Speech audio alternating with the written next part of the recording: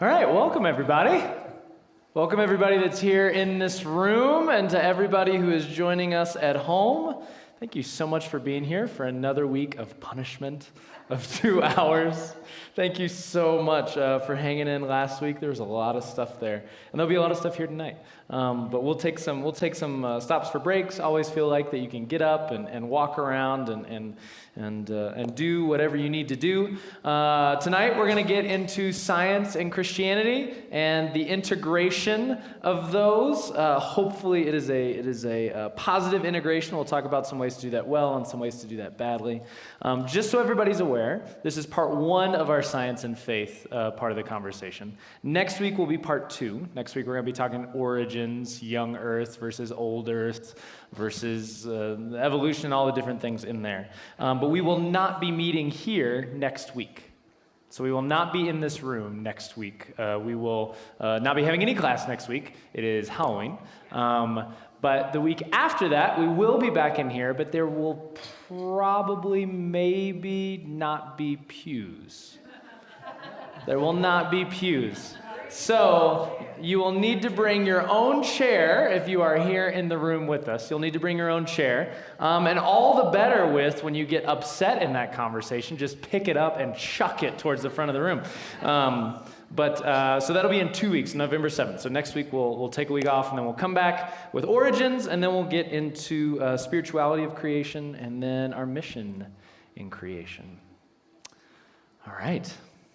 Let's start by reading a passage of Scripture and praying, and then we'll jump in. The heavens declare the glory of God. The skies proclaim the work of his hands. Day after day, they pour forth speech. Night after night, they reveal knowledge. They have no speech, they use no words, no sound is heard from them. Yet their voice goes out into all the earth, their words to the ends of the world. In the heavens, God has pitched a tent for the sun. It is like a bridegroom coming out of his chamber, like a champion rejoicing to run his course. It rises at one end of the heavens and makes its circuit to the other. Nothing is deprived of its warmth.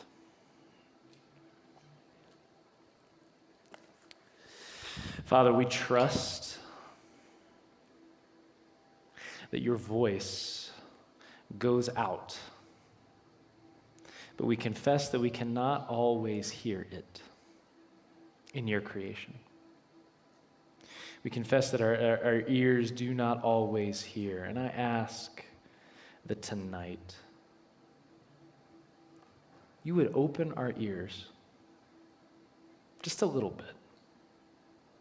Help us hear in a fresh way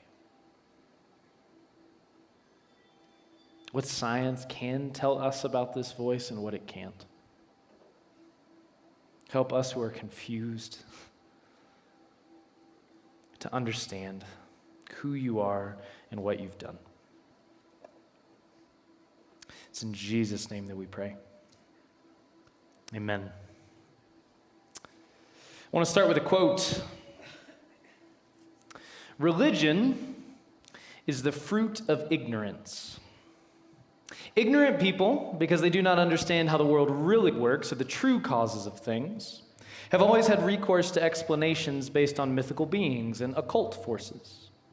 They attribute the unpredictability of nature to the whims of gods and spirits. One sees this in the ancient myths and legends of primitive peoples. For example, in Greek mythology, thunder and lightning were the weapons of Zeus, storms at sea were caused by the wrath of Poseidon, and volcanic activity was associated with the subterranean workshops of Hephaestus, from whose Roman name Vulcan, the word volcano, comes. But religion is not just simple ignorance, it is a form of pseudo-knowledge. True knowledge, which is to say scientific knowledge, is based on reason and experience, on testable hypotheses and repeatable experiments. Religious beliefs, on the other hand, are based on the authority of ancestor or holy men or sacred writings, in other words, on someone's say-so. The fundamental opposition, then, between science and religion is the conflict inherent and unresolvable between reason and dogma. The defining moment in the history of science was the confrontation between Galileo and the Roman Inquisition.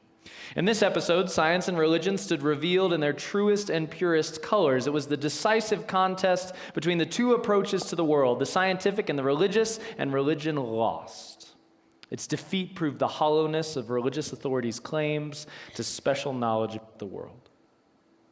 Science is the rational approach to reality because it deals with things that can actually be observed. Its statements can be put to the test. Religion, by contrast, characteristically deals with entities, God, the soul, angels, devils, heaven, and hell, that are admitted to be invisible. Its statements, because untestable, must be taken on faith. Faith is nothing but the wholly arbitrary acceptance of statements for which there is no evidence, and is therefore the very antithesis of reason. It is believing without reason. As science has progressed, religious explanations have given way to scientific ones. No evidence of God or the soul has been forthcoming. Rather, these fictitious entities have less and less room to hide. They were meant in the first place to fill the gaps in our knowledge of the physical world, and consequently, they are being steadily and inevitably squeezed out as those gaps are systematically closed. Science is the realm of the known, while religion thrives on the unknown, on the unexplainable, on the mysteries. In short, on the irrational. Who has ever heard some piece of that before? Yeah, who's ever said some piece of that before? This passage was written first by Stephen Barr, and it was an attempt to sum up many of the arguments of the new atheists, this group of scientists who wage war on religion from the bunkers of science.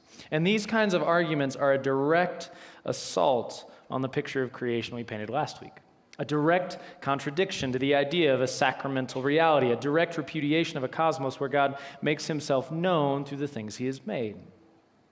And we should take them very, very seriously. We should study, we should be aware of, we should know accusations like these well in order to be able to respond. But I don't believe the best response is in the pattern of retaliation. Now, unfortunately, in response to critiques like this, Christians have become accustomed to lobbing their own grenades across the firing lines, accusing science and scientists of giving false knowledge, of scientists being evil secularists, God haters, pawns of the government, pawns of the big corporations, oppressors of alternative understandings. I won't ask you to raise your hand if you've heard anything like that. It probably won't surprise you at this point that the primary group of people in the West who claim to be skeptics of mainstream scientific consensus are conservative Christians. Within large swaths of the church, that mainstream scientific consensus is often seen as a, if not the, primary opponent to Christianity in the world today. Whether science and religion should be at war, when you read the popular books and the headlines, it cannot be denied that they are. Now, to avoid this unpleasantness, some have postulated that science and faith occupy two completely different domains. They said there's not a competition between science and faith because they don't even necessarily even need to talk to one another. They are, to quote the phrase, non-overlapping magisteria. In other words, faith speaks to the spiritual aspect of existence and science to the material, and that's it, so there's no reason to fight about it. But I hope last week's class made it clear that's really not an option.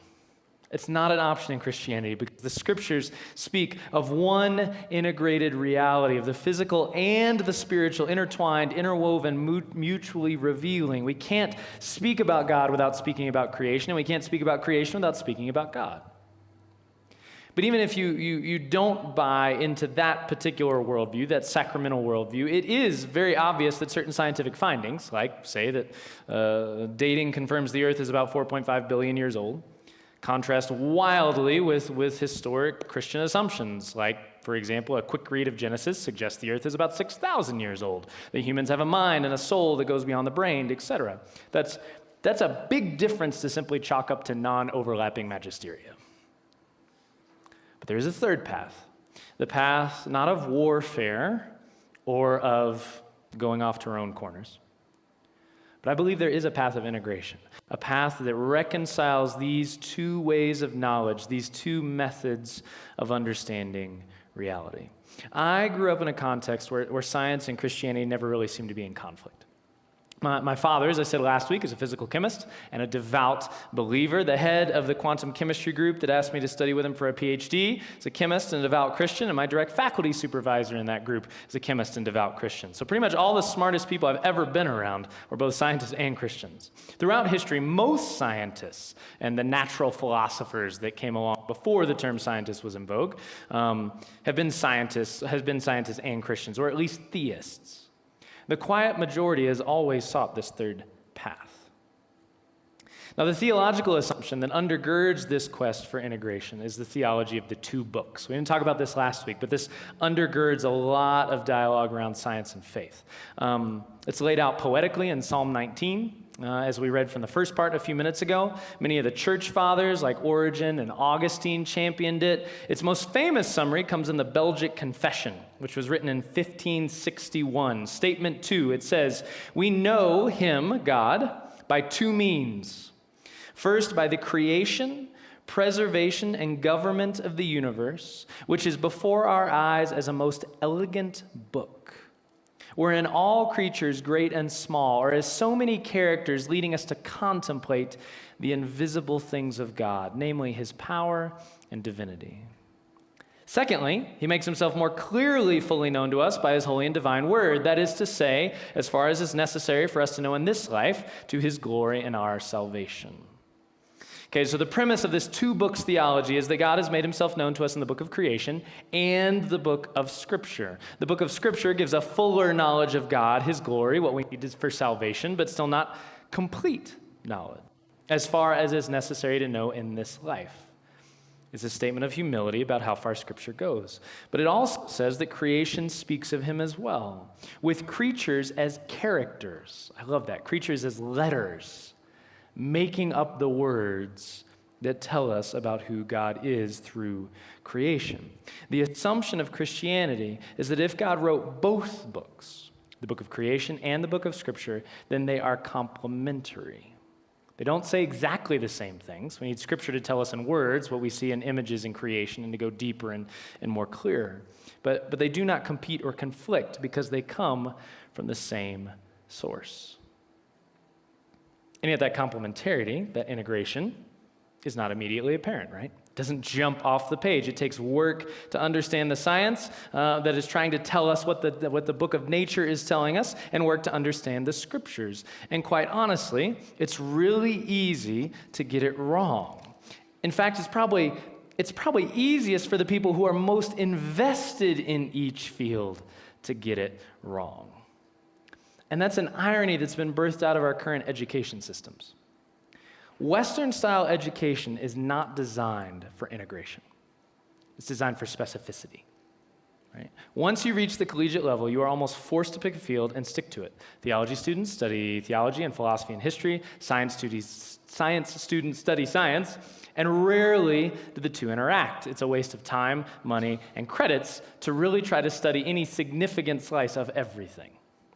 Now, what that means is that scientists, even PhD scientists, in the vast majority of curriculums are never once required to take a class in the history of science or the philosophy of science.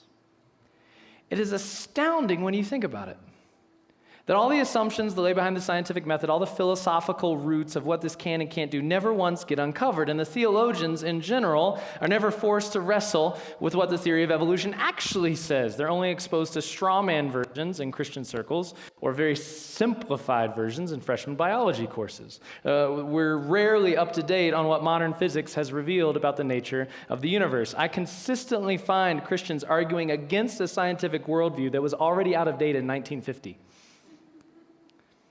And many Christian thought leaders, especially pastors, rarely take seriously the diversity of ways that Christians throughout the centuries have approached passages of Scripture like the first chapters of Genesis. Even in seminary, church history is a tack-on course now, if it hasn't been eradicated altogether. Now, I'm not saying that I am the only person who studied theology, humanities, and the sciences. There are lots of good writers who know what they're doing. There are just lots and lots and lots who don't. I value that breadth in my background, but most of what it's helped me understand is that there's way more that I don't know than I know. But here's what I do know. Unless both the church and the scientific community can commit to more deeply understanding their own traditions of knowledge, attempts to integrate are only going to deepen the warfare, and they are going to tear asunder what God has actually joined together. What I'm saying is if we're going to seek to do this integration well, we're going to have to start from an unfamiliar place. We're going to have to start from humility. We have to take a fresh look at what science actually is, what it can do and what it can't do. And we have to take a fresh look at what Scripture actually is, what it says and what it doesn't say. And in that journey, some assumptions may be upended and clarity may actually decrease for a season. If I do my job, by the end of class 3, you could be more confused than you are now. But hopefully, whatever fuzziness results is simply going to be a stop on the journey towards a more unified, integrated view of reality. Hopefully, it will lead to a fuller sense of a sacramental universe. Now, next time, we're going to talk more fully about what Scripture says and what it doesn't, what it can do and what it can't. But tonight, we want to start talking about what exactly science is, which is honestly incredibly difficult because there is no single accepted definition of science. And even those definitions use loaded terms like nature often that block the way to integration before we can even start. So what I've tried to do is to gather together as many definitions as I could find and distill them into one statement that I hope is as fair and unbiased as possible. Okay? So here it goes. It's up there on the screen. What is modern science? Modern science is a communal discipline of seeking knowledge that rationally and empirically investigates the mechanisms within material reality. Clear as mud, right? Let's break it down. Science is a communal discipline. Okay, this communicates two important things. First, science, carefully defined, is not a body of facts. It's a method of asking questions. It's a process of discovery. The findings of science, the theories of science, are the body of facts that emerges from the scientific discipline. What is most fundamental about science are not the findings themselves. They can change, be expanded, be deepened over time. What's central is the method. That's what discipline means. The second implication of science being a discipline is that there is a community that pursues it. Strictly speaking, one person cannot do science by themselves. Science is a communal discipline that involves people from across the globe in companies and universities and national labs, all engaging in a similar method of asking questions, all engaging in a process of discovery together. And like any communal discipline, including theology, that means it's going to be messy and unclear. There'll be arguments and advancements and retractions. But as the community continues moving forward and asking these types of questions together, hopefully we'll actually find true knowledge about the world around us. That's the second piece. Science is a discipline seeking knowledge. Science seeks to discover true things about the world around us. Its claims are claims about what actually is. This is why Christians have to take the findings of science seriously, because Christianity also claims to speak about what actually is. It's the place of overlap. But science and theology are seeking knowledge in pretty different ways. Science, next part of the definition, rationally and empirically investigates. Okay, the word empirically means that scientific knowledge is accumulated through observation and testing. That testing might be repeatable, like a chemistry experiment in a lab, or it may not, like analyzing a fossil in a rock face. The crucial thing is to design observations that isolate the question you are trying to answer. This is what makes science different from just sitting around in your yard or looking around. The observations are focused on a particular variable, a particular question. The observation and testing hopefully produce data that can then be rationally developed into a larger explanation, commonly called a theory. The goal of a theory is not just to explain what you saw in that experiment, but to predict what might happen in the next experiment, and the next one, and the next one. Often, the rationality of a theory is going to be reflected in math. Not always. Sometimes, though, it's actually the math that comes first. The theory, the mathematical theory comes first, and then experiments are designed to prove or disprove that theory. That's how theoretical physics operates, how quantum chemistry operates. It starts with the math, and then they kick what they found with the math over to the experimentalists to see what they think. So this can go back and forth, right? This rationality, sometimes expressed in math, and empirically studied. In other words, there's observation and testing that is happening, and they're going together. Now, but this is the biggest piece. What the scientist is trying to discover with this rational and empirical investigation is something about the mechanisms within material reality. Questions of, we're going to say for the purposes of tonight, how is the question word we're going to put on it. How does this work? How does this go? Science is searching for answers to questions in the material, about the material realm, questions about the material realm within the physical realm by definition. Science is not equipped with its rational and empirical method to answer questions outside of the material realm.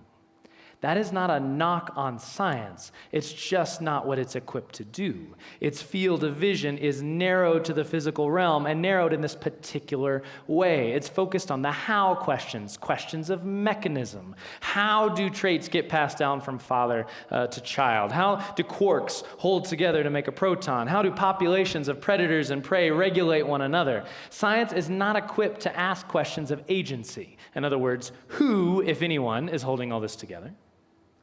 And science is not equipped to ask questions of teleology, why questions. Why does this exist? What end is it heading towards? What is its purpose in the cosmos? Science asks how questions about mechanisms, how questions that can be answered within material reality. Now there's an assumption here, and it is an assumption, that the mechanism that underlines material reality, how things work, that the explanation for that will itself be material. Now, this is right near the bedrock of science. A scientist's job is to look for material mechanisms that explain material reality. That assumption has a fancy title, methodological naturalism. Okay? Methodological naturalism. So the method is assuming there's a natural explanation. Okay? That dictates that when scientists are looking to answer a how question, they should pursue a question of how this is happening within the natural realm, whether it's that explanation is there or not. Now, that doesn't mean that a scientist believes that material reality is all there is. You need to be really careful on that point. A scientist could be a philosophical theist, in other words, believe that God exists, and even that God upholds creation and holds all things in existence. But in their science, they can still be a methodological naturalist, saying, I'm going to look for mechanisms within natural reality. Methodological naturalism is simply a way of focusing what science is about. It's not about all these things that could be out there. It's about this particular part of reality that we know is out there and discovering how it works.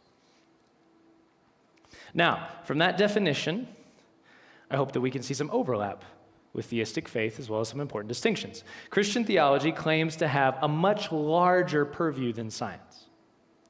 Theology aims to understand both the spiritual and material realms, while science only investigates the material realm.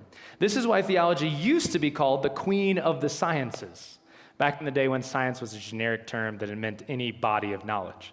Theology studies this larger realm, but not only that, it includes a much larger evidence base to make claims. That evidence base includes science, but also includes revelation, like scripture and philosophy and history, and lots of other areas of knowledge that do not fit within the scientific method. Theology seeks to pull them all together. And even within this material realm, theology still seeks to discover the who and the why questions that science isn't equipped to discuss. Notice, pretty much everything we said last week about the sacramental universe, about that biblical story of creation, was talking about not hows, but whos and whys. There's very little how in the story of last week's class.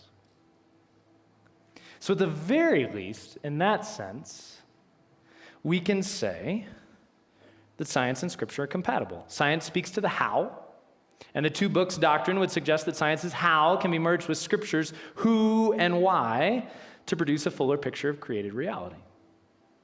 So for the Christian, saying the how is only getting a third of the way there. We still need to explore the who is underneath it all, if anyone, and the why, what is it all heading towards, which science is not equipped to do. C.S. Lewis laid this out really well in his book, The Voyage of the Dawn Treader, in a really pithy quote, which is what he is so good at. There's a character named Eustace Scrubb, and he's from our world, and he meets a star in the mythical world of Narnia, who appears to him in the form of a human being.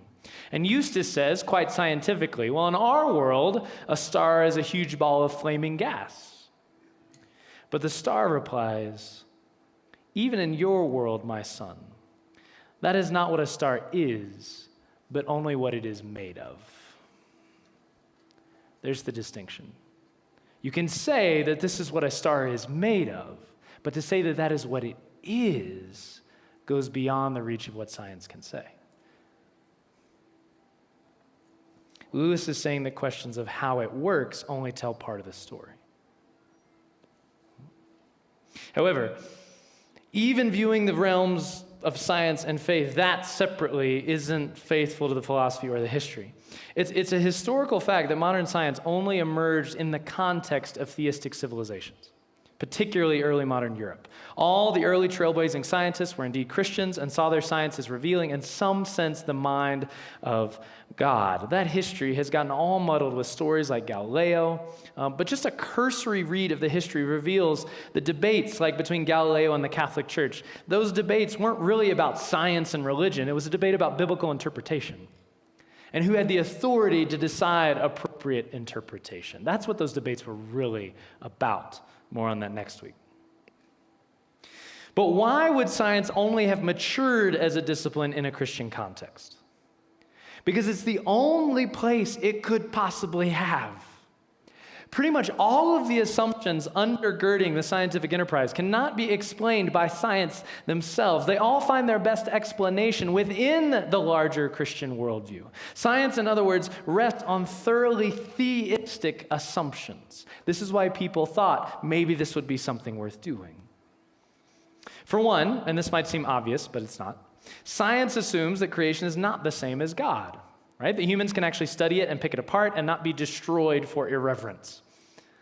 Theism, obviously, clarity on the distinction between creator and creation, the transcendence of God, we talked about that last week, gives solid support to that assumption. If you're in an animistic context, you couldn't and wouldn't support that. You'd be afraid of getting hit back. But on the other hand, science assumes that the material world is still worthy of investigation. It's not God, but it's still worthy of investigation. Eastern religious contexts never had that assumption because the material world needs to be escaped. A Christian view of creation, where God makes creation and makes himself known through creation, attributes dignity to the material world in spades. If we love God, if we love the God who made it, why wouldn't we love what he has made and want to find out more about it, especially if he's speaking to us through it? Science also assumes that the material world is rational and ordered. It assumes that mathematics is a faithful description of that order and rationality, and that assumption has been proven time and time again. It is honestly nuts how well math describes the world. It is uncanny. One of the tests when somebody proposes a theory in theoretical physics is how elegant the proposed equations are. If they're kind of mangled and have a whole lot of terms in them and they're not simple, most people throw it out as a possibility because again and again, physicists find that the more beautifully simple the math is, the more correct the theory ends up being. Now, why would that be? It makes perfect sense if there is someone behind the world that is rational, whose rationality can be captured and reflected in mathematics. It doesn't make sense necessarily outside of that.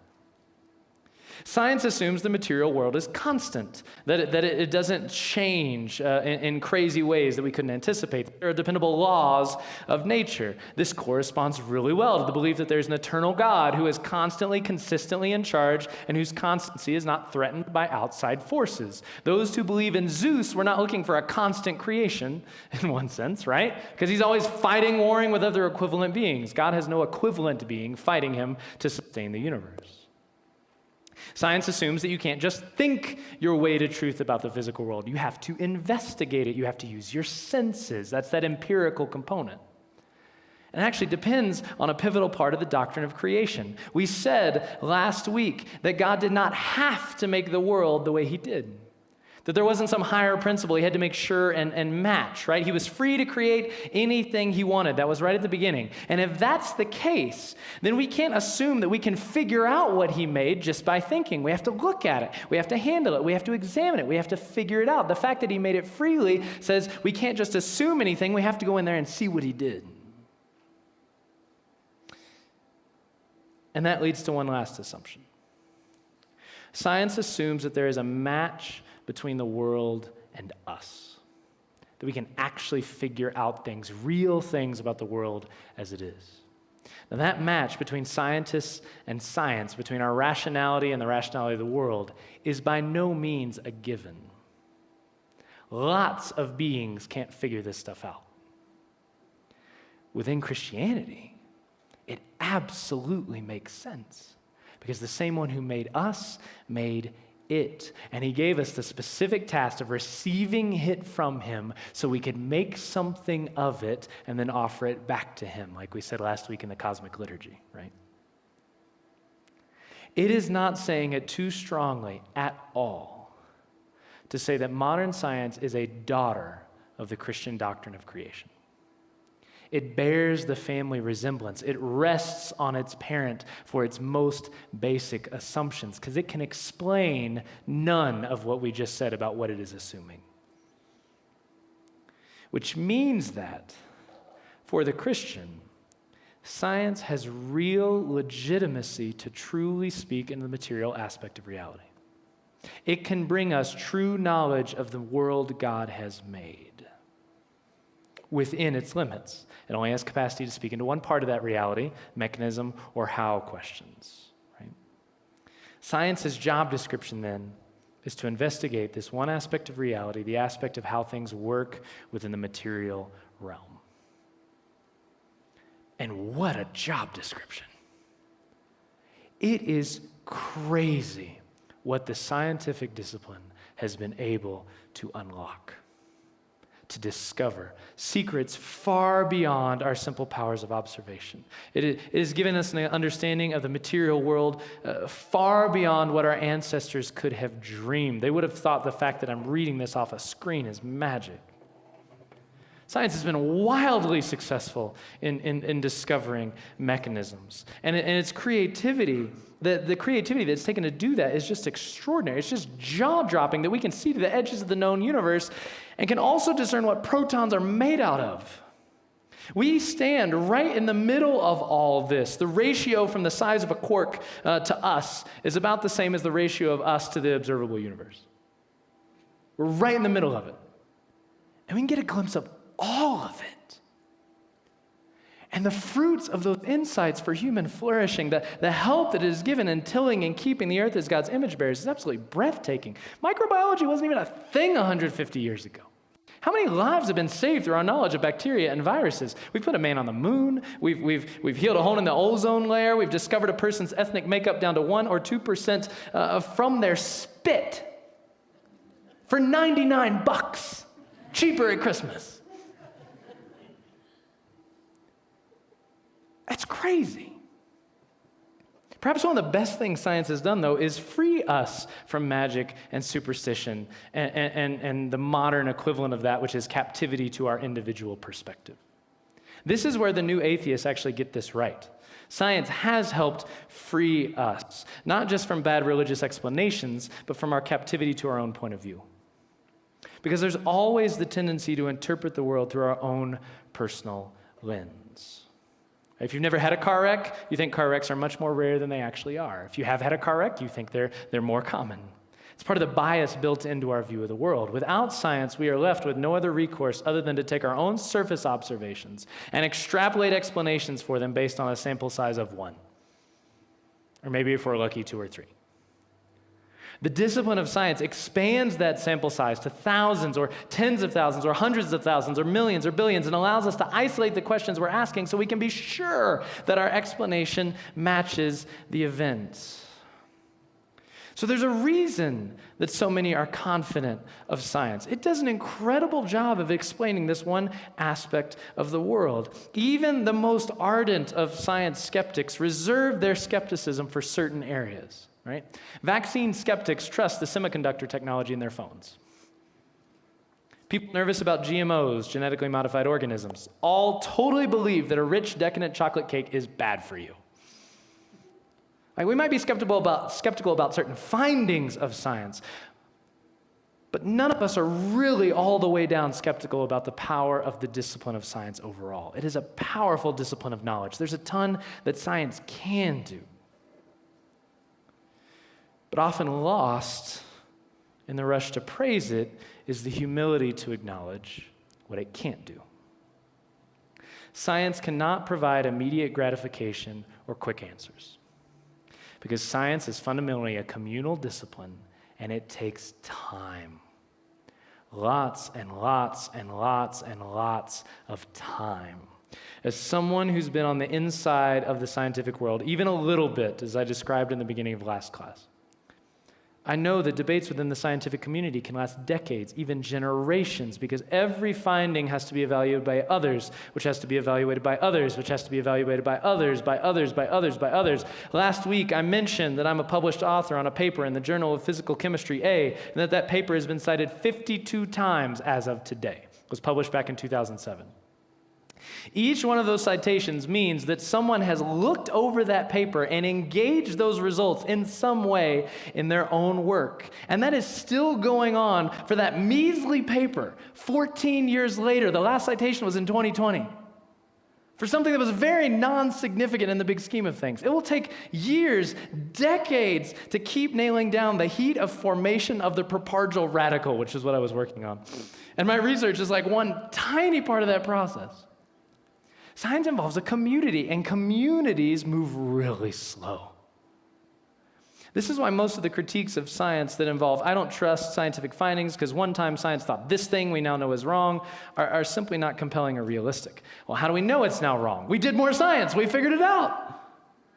And it takes time, and it's inevitable that we're going to get things wrong before we get things right, just like we do in any communal pursuit.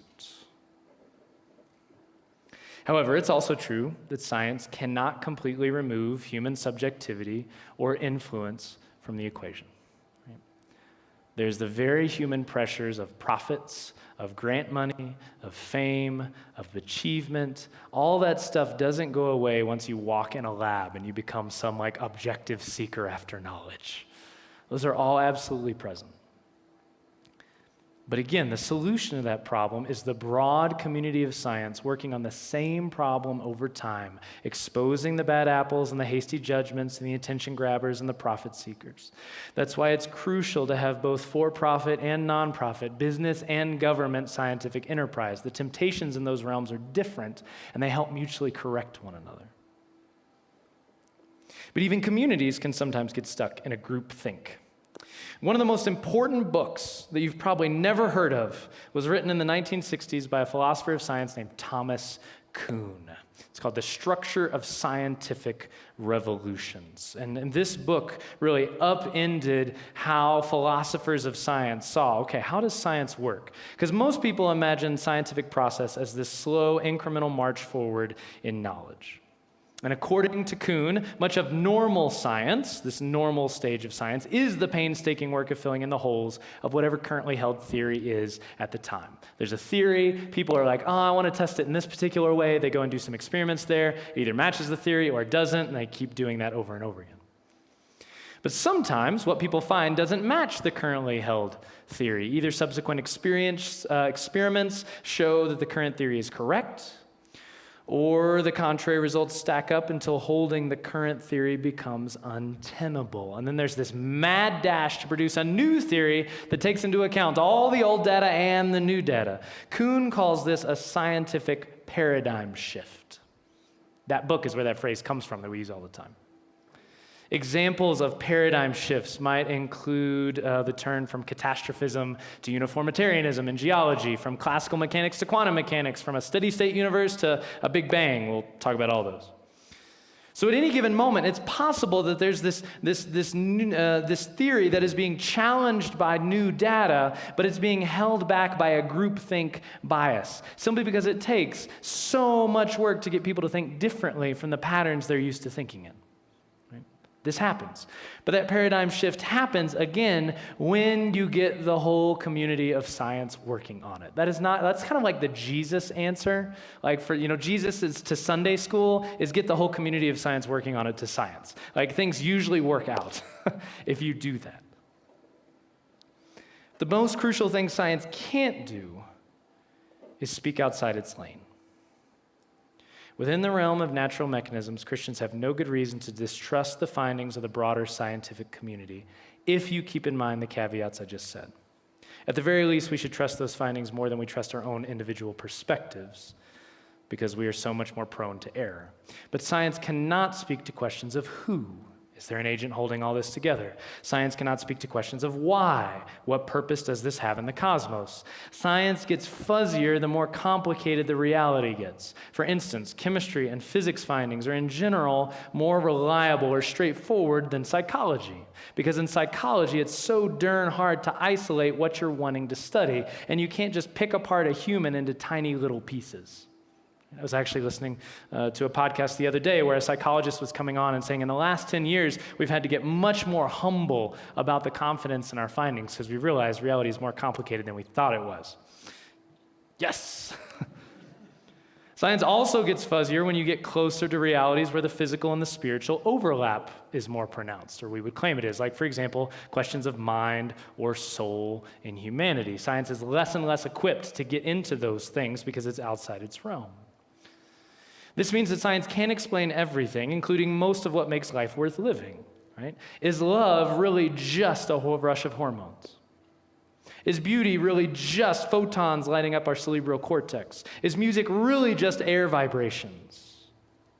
Science by itself cannot provide an emotionally or intellectually satisfactory view of the world.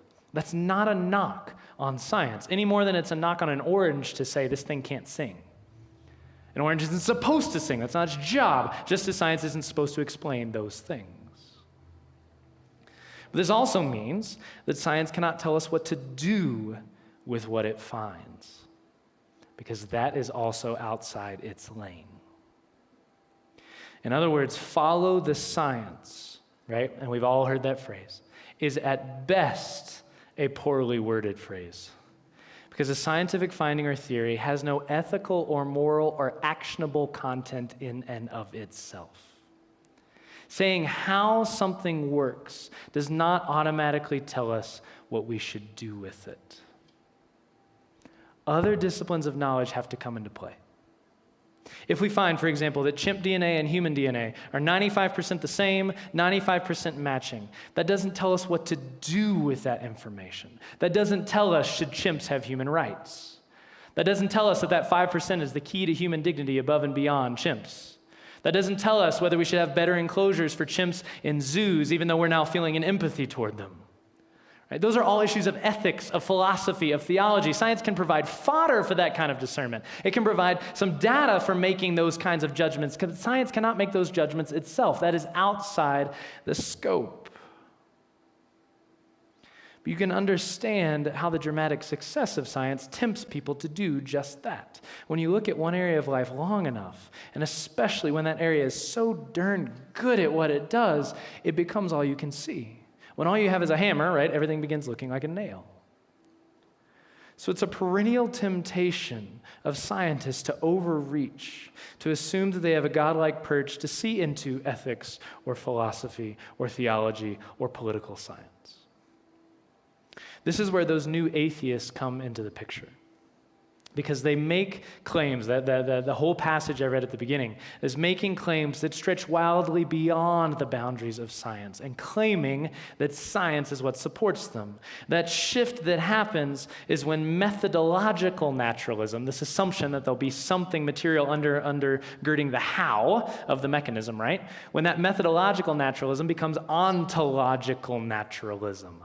Ontology is simply the study of being, of what is. It's one thing to say that all you're looking for is natural mechanisms. It's quite another to say that all there is to find is natural mechanisms. That's throwing in a ton of bathwater with the baby. And when others see scientists doing that, it can tempt them to reject not only the overreach, but the actual science underneath the overreach.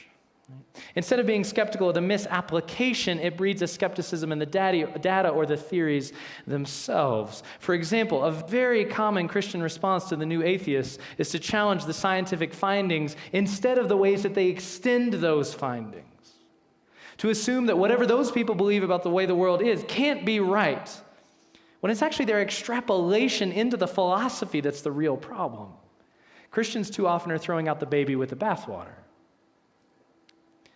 Now, this very specific skepticism, of course, just builds on our broader human skepticism. As humans, we are always hesitant to believe what we don't understand, what we haven't seen. And science as a discipline is extremely hard to understand. It takes a lifetime commitment to get really good at one tiny area of science. So it's no surprise that these things that we haven't gotten to see for ourselves are going to be scary or bewildering. It's no surprise people will trust their own judgment over the judgment of some far-off group of experts. We do that all the time in every area of life, and this will be no exception.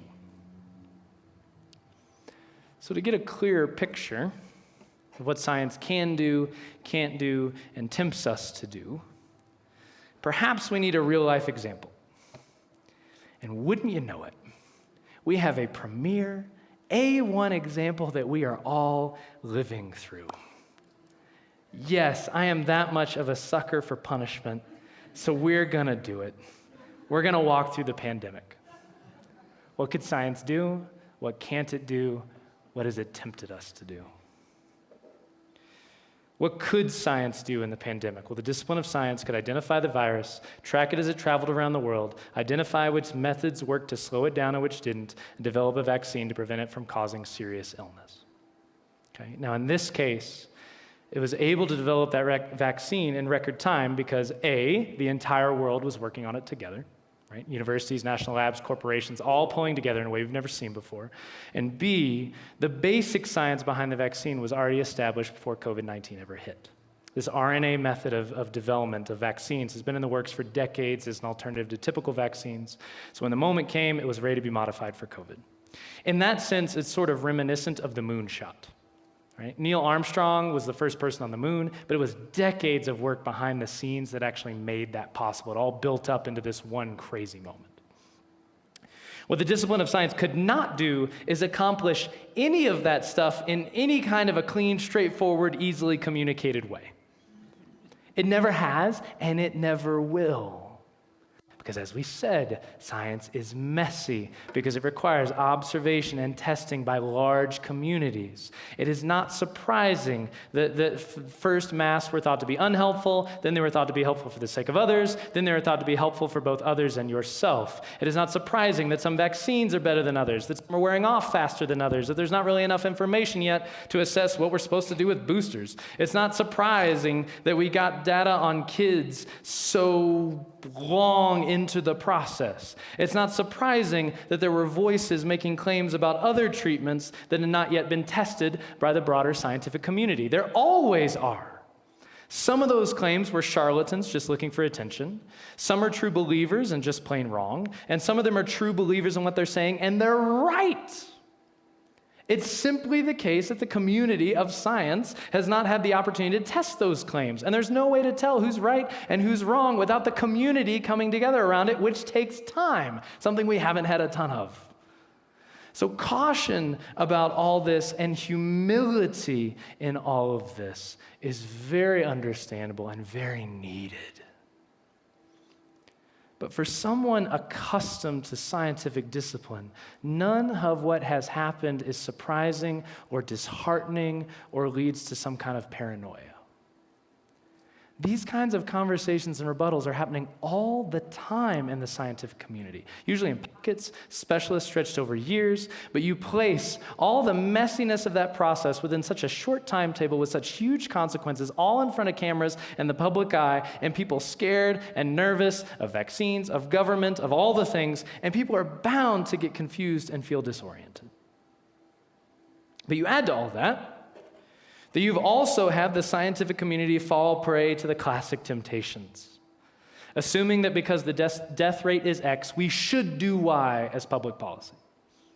Assuming because the efficacy rate is A, then we must do B. Those are not decisions science is equipped to make. They are decisions of ethics, of political theory, of economics, and philosophy. Science provides the fodder for that discernment, but it is not qualified to make those decisions. So, of course, what happens? People receive a decision, an ethical decision that they don't agree with, and they push back not on the ethical decision, but on the data regarding the safety. When businesses are forced to close, people automatically begin to challenge the death rate numbers. But in those cases, the public is making the exact same mistake as the scientists. They're confusing the scientific findings with the ethical decisions.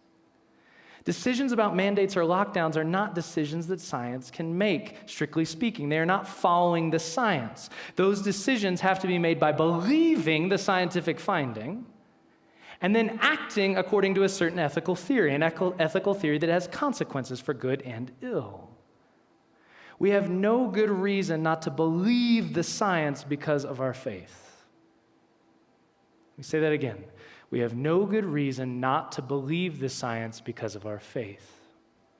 But we have every good reason to have robust discussions about what to do with the scientific data we have. Don't worry, there will still be plenty to argue about. Like, there's still tons to argue about. We just don't have to or need to reject the results of huge scientific studies to defend our own ethical perspective. Okay. I think I've ticked everybody off, like really good at this point. So let's stop and let's take a second for questions.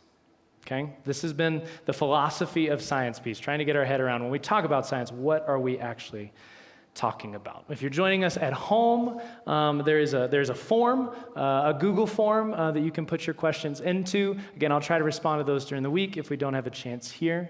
But if you're in the room, would love to hear what questions do you have, what comments do you have at this point?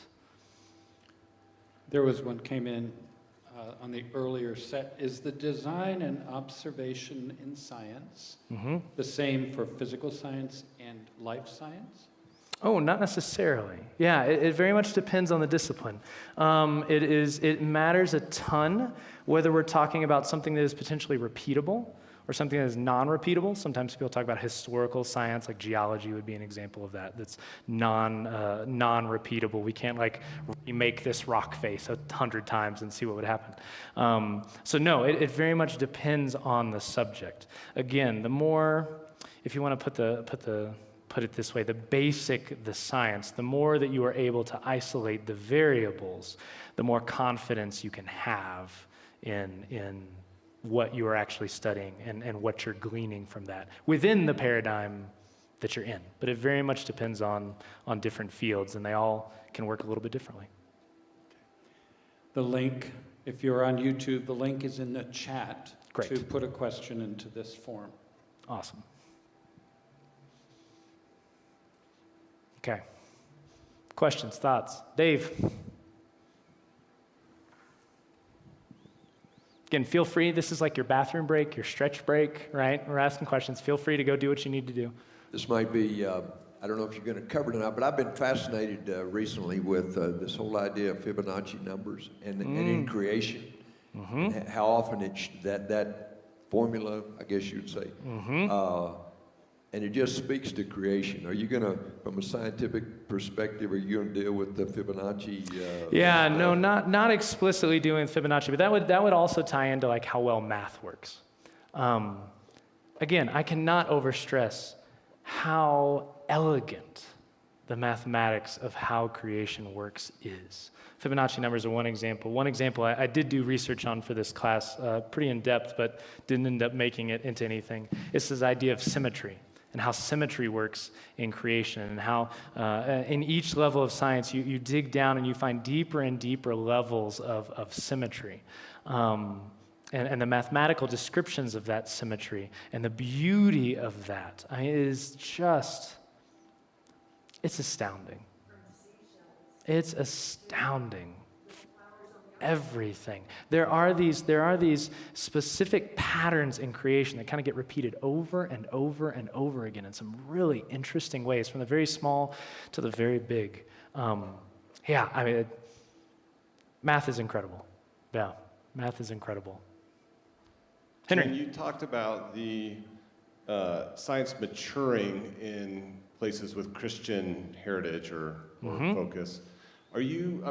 I've kind of thought that there was a lot of science that came out of the Eastern world as well, out of China and those places. Are you ignoring some of that, or I'm not a history of science person, so I just want to challenge that statement and have you respond. The two cultures with sustained scientific engagement have actually been Christianity and Islam. Those are the two. Now, there were periods in Chinese history, right, where there were dramatic developments, but they never developed the sustained engagement and the discipline of science in the same way that, honestly, Islam and Christianity did. Now, there were lots of things happening in early modern Europe around the Renaissance that really caused science to well up in the modern form we know today, other than Christianity. But I don't think, and I would defend the premise that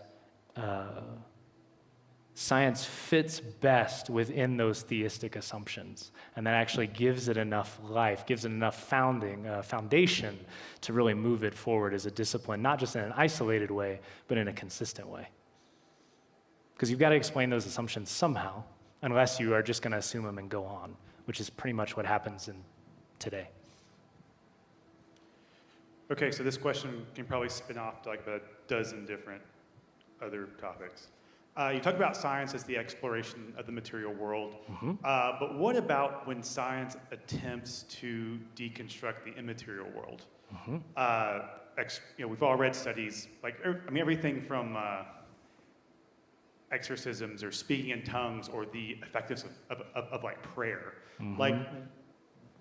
Does the approach to science change then when it's trying to explore these what we would almost call supernatural events, and how are we to take those sort of studies? Because I've read studies where prayer isn't effective, or what's really going on when people speak in tongues in their brains, or is exorcism just mental illness? So how do we look at science when it is exploring the quote-unquote supernatural or immaterial? Yeah, I think with big question marks.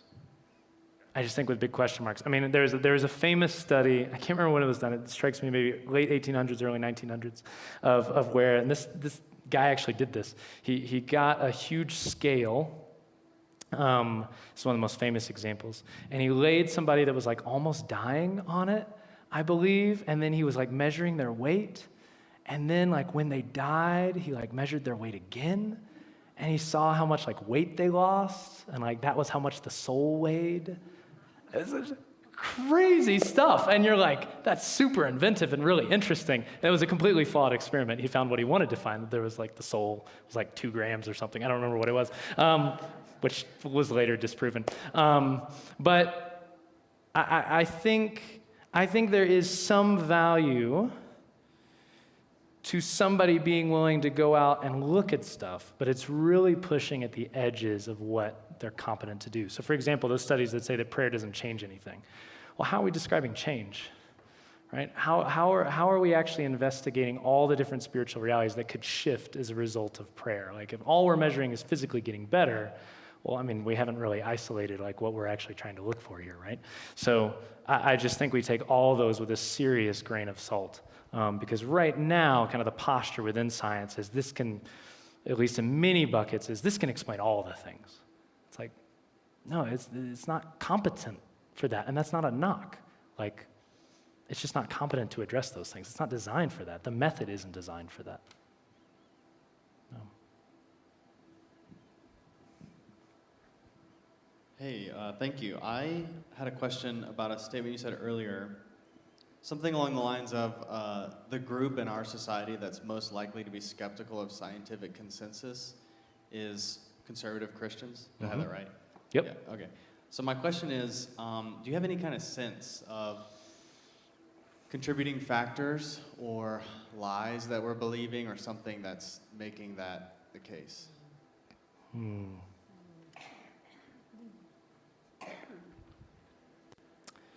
I think that part of it is this narrative of science and faith in conflict, which has many different sources. The origins debate that we'll talk about next time is probably the biggest one in popular imagination, right?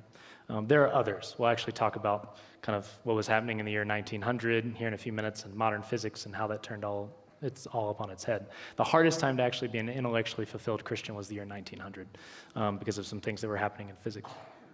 But I also think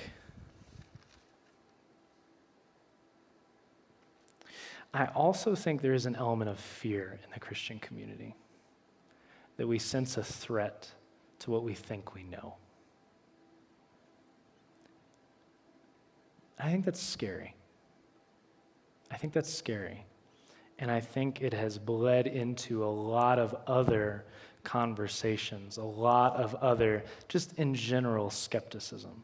I mean, in today's context, in terms of the pandemic and things like that, it has a lot more, I think, to do with politics and the way Christian politics have become kind of enmeshed in a certain political philosophy, and it's actually the political philosophy that's pushing back against some of the things, not Christianity as much. So it's sort of an accident that in this age with the pandemic they're aligning. But no, I think a big part of it is that origins debate and finding things that this is different than the way we had read it, and that's scary and that's threatening. We're human, right? It's going to feel like that. What does this mean? Yeah. Also, another reason was there were significant consequences that came out of, there have been ways that science has been deeply misused ethically, and we've seen the disaster that has been. So for eugenics, you know what I mean? Great example of, there's real science here, and boy, did we mess that up. So there's an appropriate trepidation for, just because we can do it doesn't mean we should. And we'll get into class 5. And I think that's a very realistic place where science should be the prophet, or Christianity should be the prophet and say whoa, slow down. Just because we can doesn't mean we should. That's probably the most appropriate place of skepticism, but that's not what's top in the public imagination. No. Back there.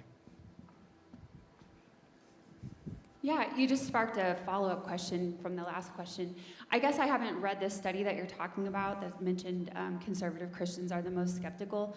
And since I have a journalism background, I don't see skepticism as necessarily a bad thing. It's kind of, withholding judgment while you search for more information. So I'm just wondering, what was the tone of the meaning behind the word skepticism versus maybe opposition or hostility? And then my second part of the question is, do you think, if that's considered kind of a neutral value or whatever, that it could be a difference between a world that doesn't know the Lord and is searching for meaning and security in science versus believers who, we value science, but our meaning and our security comes from God. So idolatry versus, finding that in God. So I guess I need to know more about what was in that study. Yeah. No, so I think what I could say, let me start with the second part first. I, as a pastor, don't find a huge difference in the number of idols we're carrying around in the Christian and the non-Christian world. I find that there is definitely the tendency to idolize science, the findings of science, certain findings of science. I also find a tendency to idolize our own interpretations of Scripture within Christianity, right? That may or may not actually be representative of the breadth of how the church has interpreted this text over time.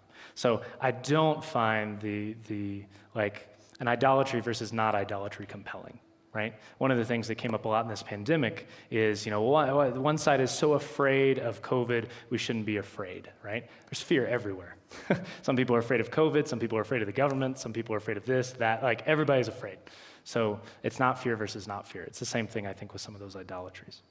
I think I use that phrase skepticism on purpose because while I do think there is not there is not a fundamental opposition, or should be a fundamental opposition. I do think skepticism is okay. I said that comment in there that that we should all have some humility, especially in this current season, because there's so much we don't know, and we haven't had as much time as we would like, right? So some humility, some caution is understandable. I think when we're looking at the Christian community's response to science in general, whether it's in origins debates, whether it's in current pandemic examples, I do think that we have to take a good, hard look at ourselves and say, is this a warranted skepticism, of which there is a warranted skepticism, or is this fear? Is this fear? I actually think there are other portions of society that have a more reasonable claim to fear, like minority communities, of what comes out in science because how it's been misused against them, than a largely Caucasian evangelical world has to be concerned about those things. I find it to be oddly out of balance with our experience of those things in the past. If anybody should be nervous, it should be minority communities. I have a hard time understanding why that's the case here when science is actually the daughter of a Christian worldview. No. As a scientist, how do you look at like the elegance and the simplicity of math and the way science and faith go together to lead you to a conclusion of a loving, involved God rather than a watchmaker God? Yeah, we're going to get to that in just a few minutes. First, I would like to clarify, I would not call myself a scientist. I would say I have a science background. They're very different. I would not claim that. But yes, we will talk about the difference between a watchmaker God, et cetera, here in a minute, because that is a place where the physics of the 20th century has totally upended our understanding of what's actually going on here in some quite fascinating ways. Maybe we good? One more? Oh, got Annalise here. So I guess this is kind of combining the theology and science together in a question. But if we are made in the image of God, Mm-hmm. and as you said earlier this morning, if our identity lies in Christ, Mm-hmm. then why does mankind deny his existence, God's existence? Mm-hmm. And if mankind denies God's existence, is that also a denial of oneself? I would say that's a question more focused on this morning. So maybe we should talk about that later. But yes, I would say that it does end up, if we deny who God is, we do lose our vision of ourselves, and we do end up losing our vision of our relationship with the created world. All three of those things fall apart at the same time. And one of the ways that falling apart has happened, that ties into to what we were just saying a few minutes ago, is the fact that we believe that just because we can do something, we should. That we seek power divorced from goodness. And if we ask the question, can we do this cloning thing? And we say yes, then we automatically assume, let's do it. It breaks our relationship with creation in that way, when we take what we find in science and take it to that next level in a way that seeks to control the world instead of receive it and understand it and wonder at it. And sometimes leave it there because we know we're not good enough to handle it. No. Just one more that came in. Is interpretation of data subject to human ethical decisions?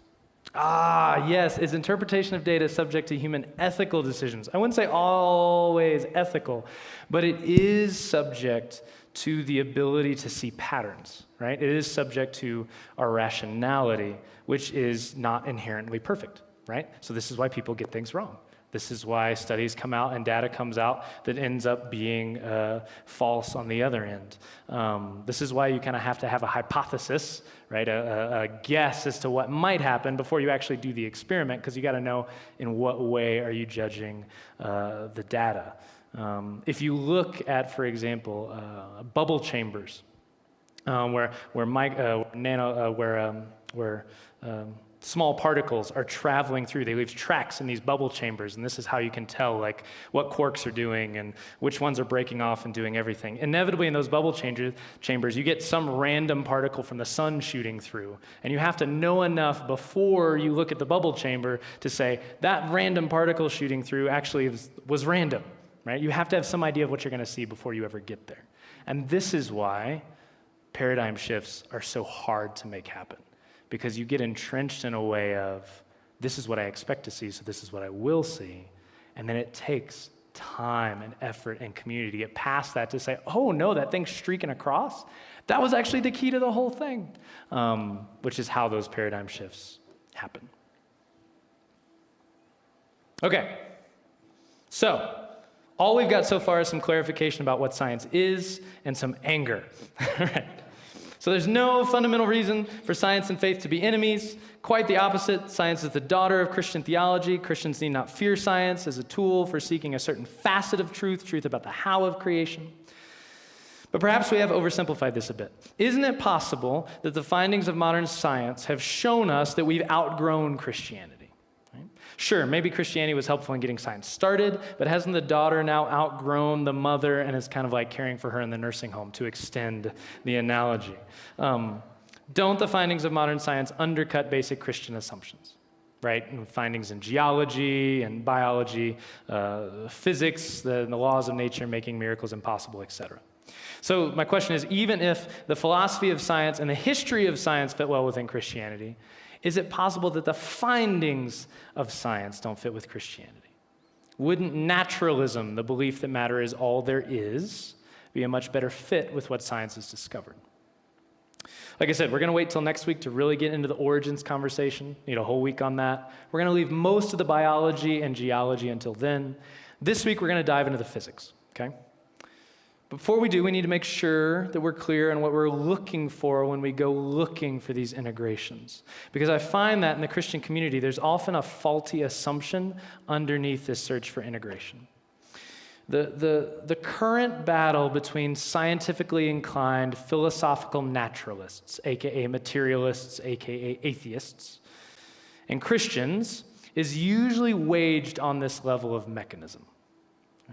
Materialists look at all the mechanisms that science has discovered and say, we don't need God to explain this anymore, right? He's extraneous to the whole thing. We figured out how it all works. And Christians seem eager to join that particular battle. So they go looking for places that science can't explain the mechanisms, right? They look for the gaps in the theories, and they go point to those gaps and say, aha, that's where God is.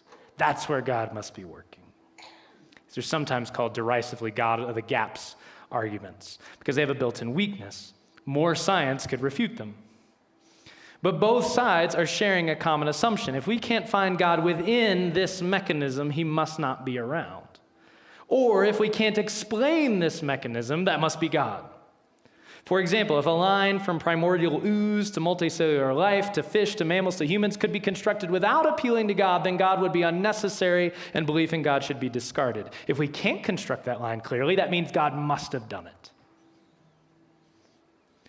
I hope we can see at this point in the class that that battle is being waged on a false assumption, that material mechanisms must be all there is. And that assumption, if God weren't involved in those mechanisms directly, then sure, I guess he's out of the picture. But even if every mechanism within the natural world has a material cause, that does not rule out God holding everything in existence.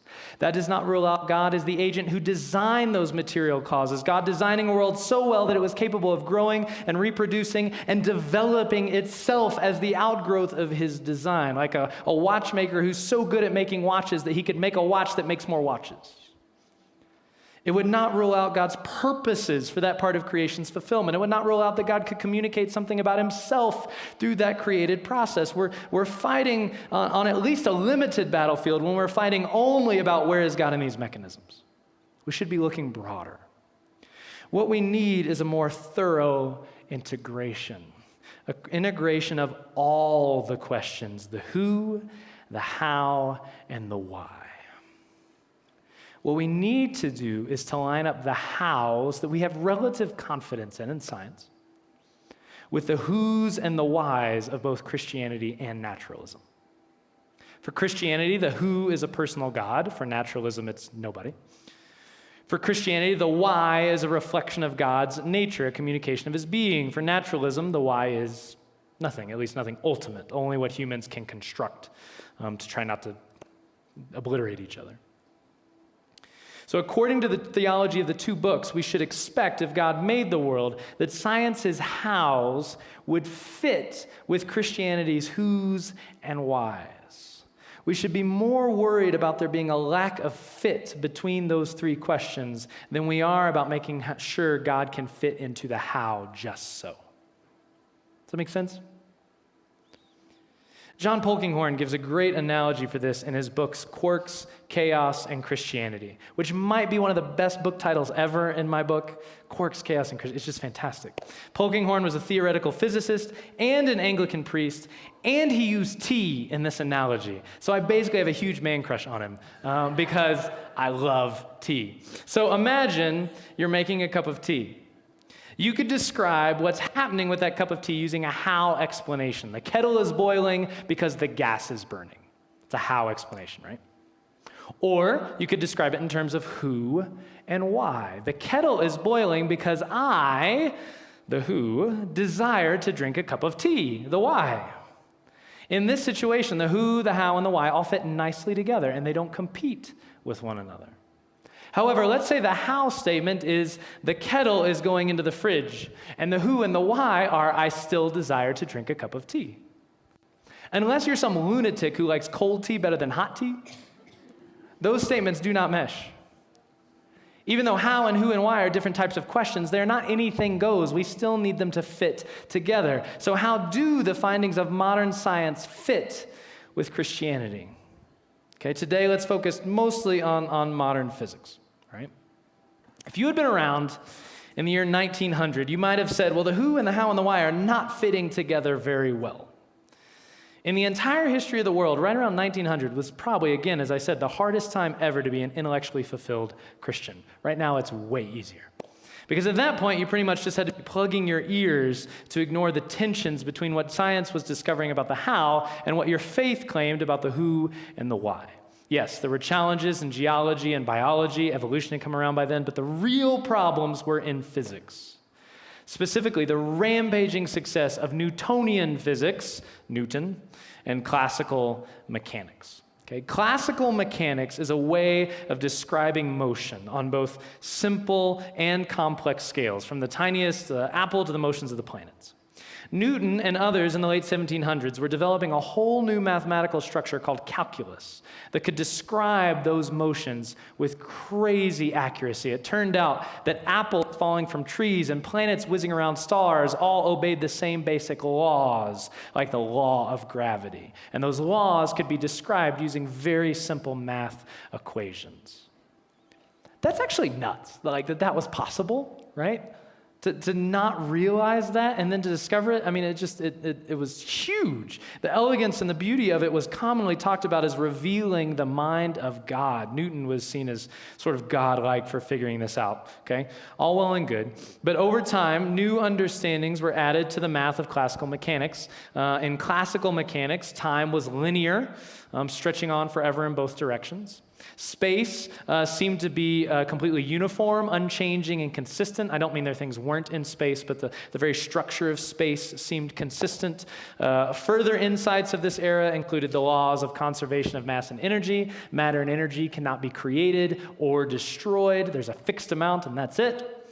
So you put all these together, and the intellectual assumptions of the day were that the universe was eternal in time, it was eternal in scope, it was eternal in consistency. There was no beginning and there would be no end. This was known as the steady state model of the universe.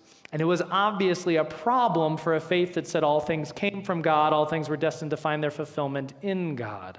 Classical mechanics seemed to point towards a naturalism where matter was all there was, and it was all very strictly defined and predictable. It got so good at describing how the world worked that a philosopher named Pierre Laplace said the following. He said, "We may regard the present state of the universe as the effect of its past and the cause of its future. An intellect which at a certain moment would know all forces that set nature in motion, and all positions of all items of which nature is composed. If this intellect were also vast enough to submit these data to analysis, it would embrace in a single formula the movements of the greatest bodies of the universe and those of the tiniest atom. For such an intellect, nothing would be uncertain, and the future, just like the past, would be present before its eyes."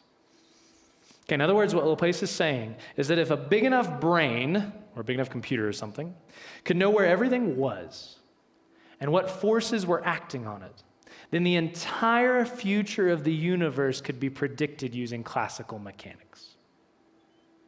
All of it.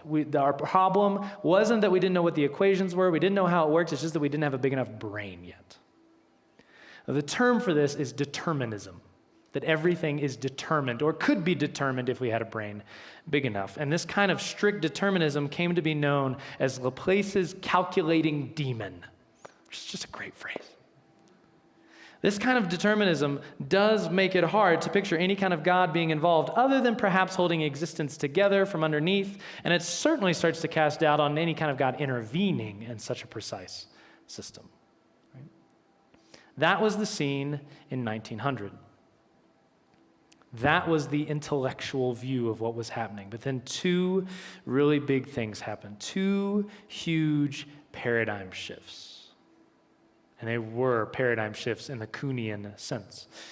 And as you might expect, Einstein was wrapped up in both of them. And as you might not expect, Einstein resisted the implications of both of them because he was uncomfortable.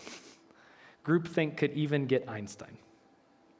The first paradigm shift had to do with really, really big things, things like the size of the universe. On the theoretical side of physics, Einstein at this point was developing his theory of general relativity. Putting it way too simply, general relativity is a theory that suggests that space and time are not static and constant, but they are flexible. That space and time actually bend and quiver based on the matter and energy that occupy a certain portion of it.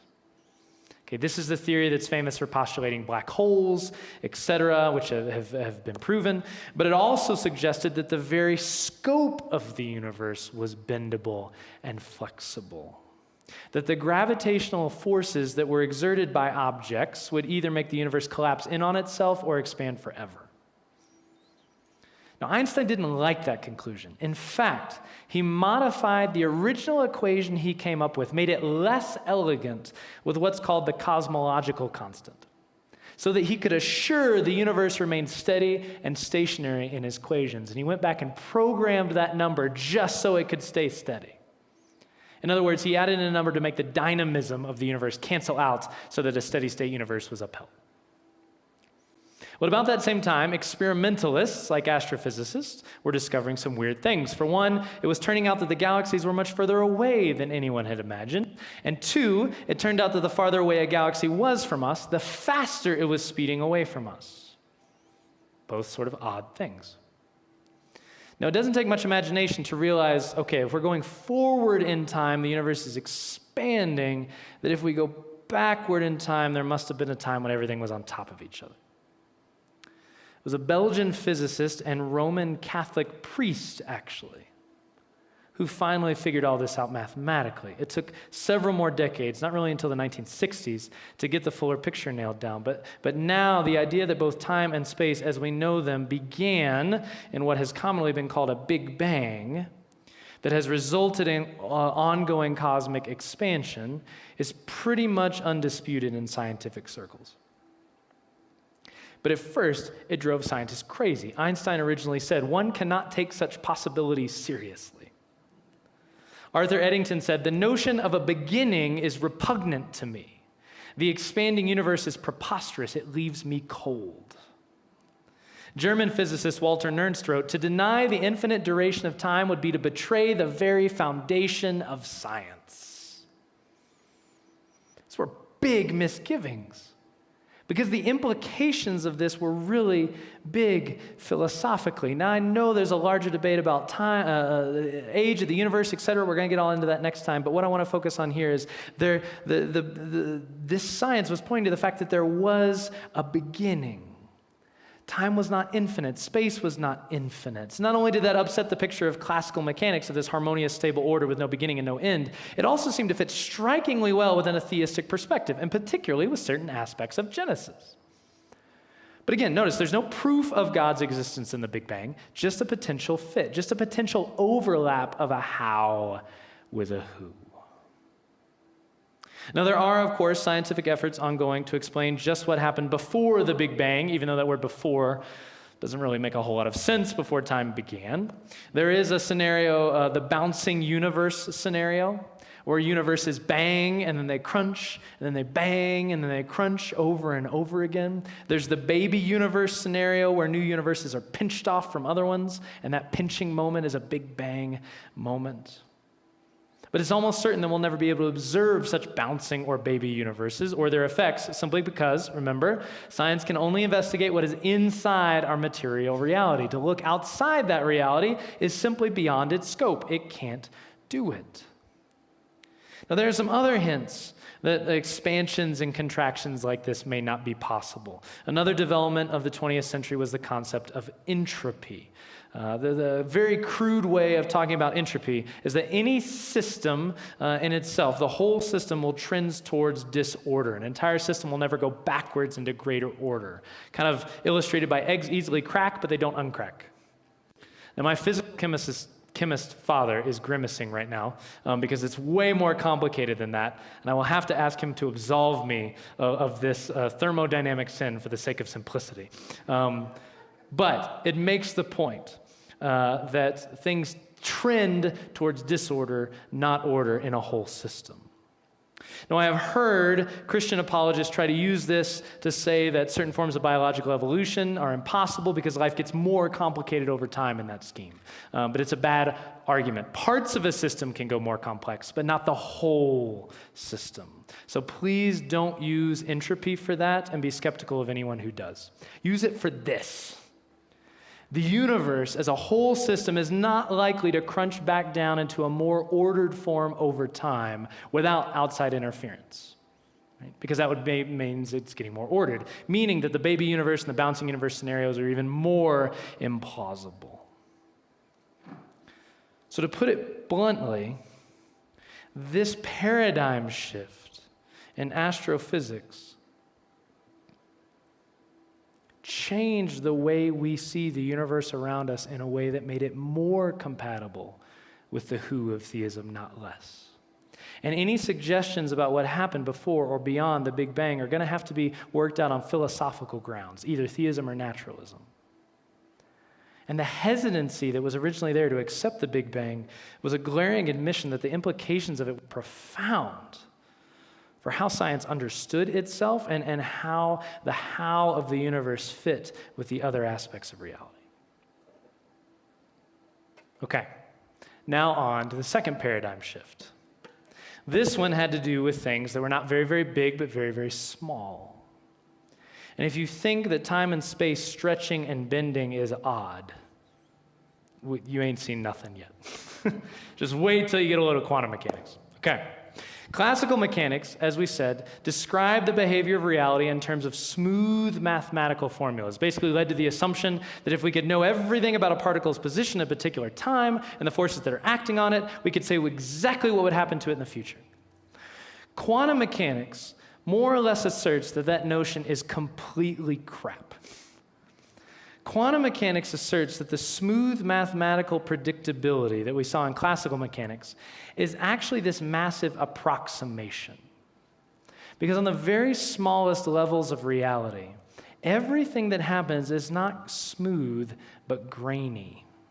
That's what the word quantum means. Quanta are little packets of energy. Kind of like if you zoom in on a magazine or a pixelated screen, right? You see these small dots that make up the larger whole. Quantum mechanics basically says that all of reality is grainy like those pixels, which has lots of weird implications, but the most important for our purposes is that reality is not deterministic in the sense that you can figure out everything that's going to happen over time. Reality is essentially, at its very root, as far as we can tell at this point, not deterministic, but probabilistic. In other words, there are lots of possibilities for what could happen on the very small quantum level at any given moment, and it's impossible to predict exactly what will happen when a measurement is taken on a quantum level before you take the measurement.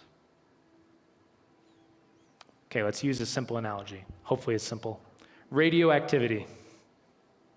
Radioactive nuclei, right, are atoms that are inherently unstable. There are kind of two forces. There are more than this, but to put it simply, usually there are two forces, the electromagnetic force and the strong nuclear force that work together to hold atoms together or to push them apart. And they tend to, these unstable nuclei, there's an imbalance in those forces, and they tend to break down into different atoms over time. The amount of time that it takes on average for half of the atoms in a given sample to break down is called a half-life. If you were all nuclei of uranium, let's say, certain type of uranium, the half-life would be how long it would take half of you to break down into something else, okay? That's what that would mean. Kind of makes sense, right? Half-life is the half of the original atoms will still be alive in their original form. But here's the strange thing. There's no way to predict what any specific nuclei will do. When you add up all the nuclei, the half-life holds. But a particular nuclei could fall apart quicker or slower or right on the half-life. There's no way to predict it before you measure it to see if it's fallen apart yet. All you can say is that the probabilities will add up to something predictable over large groups. Okay, let's go a step deeper, beyond the decay of radioactive atoms. Let's think about the movement of very small particles or collections of particles, say like 1,000 or so atoms. You might expect that an electron, one of those particles that are orbiting around the nucleus that have to do, that create molecules and chemical reactions, et cetera, you might expect that electrons would just act like bigger particles do, that you could trace their movements in continuous lines, that you could figure out both where they are and how fast they're going, just like I could take this and throw it and figure out where it is and how fast it's going. It turns out you can't. Because electrons don't just act like particles, they also act like waves. They act like particles and waves actually at the exact same time, which is another way of saying you cannot nail down both where they are and how fast they're going. You can only describe a range of probabilities about where an electron could be using an equation called a wave function. The wave function describes the possibilities, the probabilities of where an electron might be around a nucleus. The research I was doing at Georgia was calculating the probabilities where a bunch of electrons would and could be when you added together all the important wave functions and then use those calculations to say how this molecule would behave in certain conditions, etc. But the weird thing is the calculations can't say where an electron will be. Only where over time the electron will probably be. And on a quantum level, we're talking about very, very small, very, very small. These probabilities really matter. On a macro level, all those quantum probabilities add up to become something predictable. They don't on the quantum level. The point of all this is the universe is not deterministic, it is probabilistic. There is possibility inherent in the very nature, fabric of reality. Laplace's calculating demon has been dethroned. You cannot have complete information about any given particle at any given moment in time. And even if you could, you couldn't predict what would happen next. You can only predict the probabilities of different options of what might happen. There's a non-zero probability of all kinds of unlikely things happening. So baked into physical reality is this openness to multiple outcomes for any given particle in any given moment. Now, Einstein hated this. It's the source of his famous quote that God does not play dice with the universe. But it turns out that God definitely does play dice with the universe, because quantum mechanics has been frightfully successful. Again and again, and system after system, experiment after experiment, it has been confirmed, and it's the basis of much of our modern technology. Your phone in your pocket would not work if quantum mechanics were not true. So the question isn't whether it works. The question is, what does this mean philosophically? How does this cohere with the who of theism? Now, theists obviously see in this type of world a profound fit with the who of God, because a world that is completely predictable smells of self-sufficiency. A world that is not completely causally predictable creates this sense of openness. To put it another way, quantum mechanics asserts that there are opportunities for variability within the physical world without breaking the laws of the physical world. Now, again, as we said last class, nature is not some cordoned off realm with laws God has to obey or else. If creation is upheld by God, he is the one upholding the laws. In other words, for God, natural laws are descriptive but not prescriptive. They're descriptions of how reality works, but he's not confined by them. He can handle them as he likes. We aren't looking for gaps to insert God into missing descriptions of mechanisms. That's not the ultimate point. However, material reality does have to have some way of leaving room for God to intervene in particular ways to accomplish what we would call miracles. Our faith is based on that premise. The same God who upholds everything in every moment also intervenes to do spectacular things in certain moments.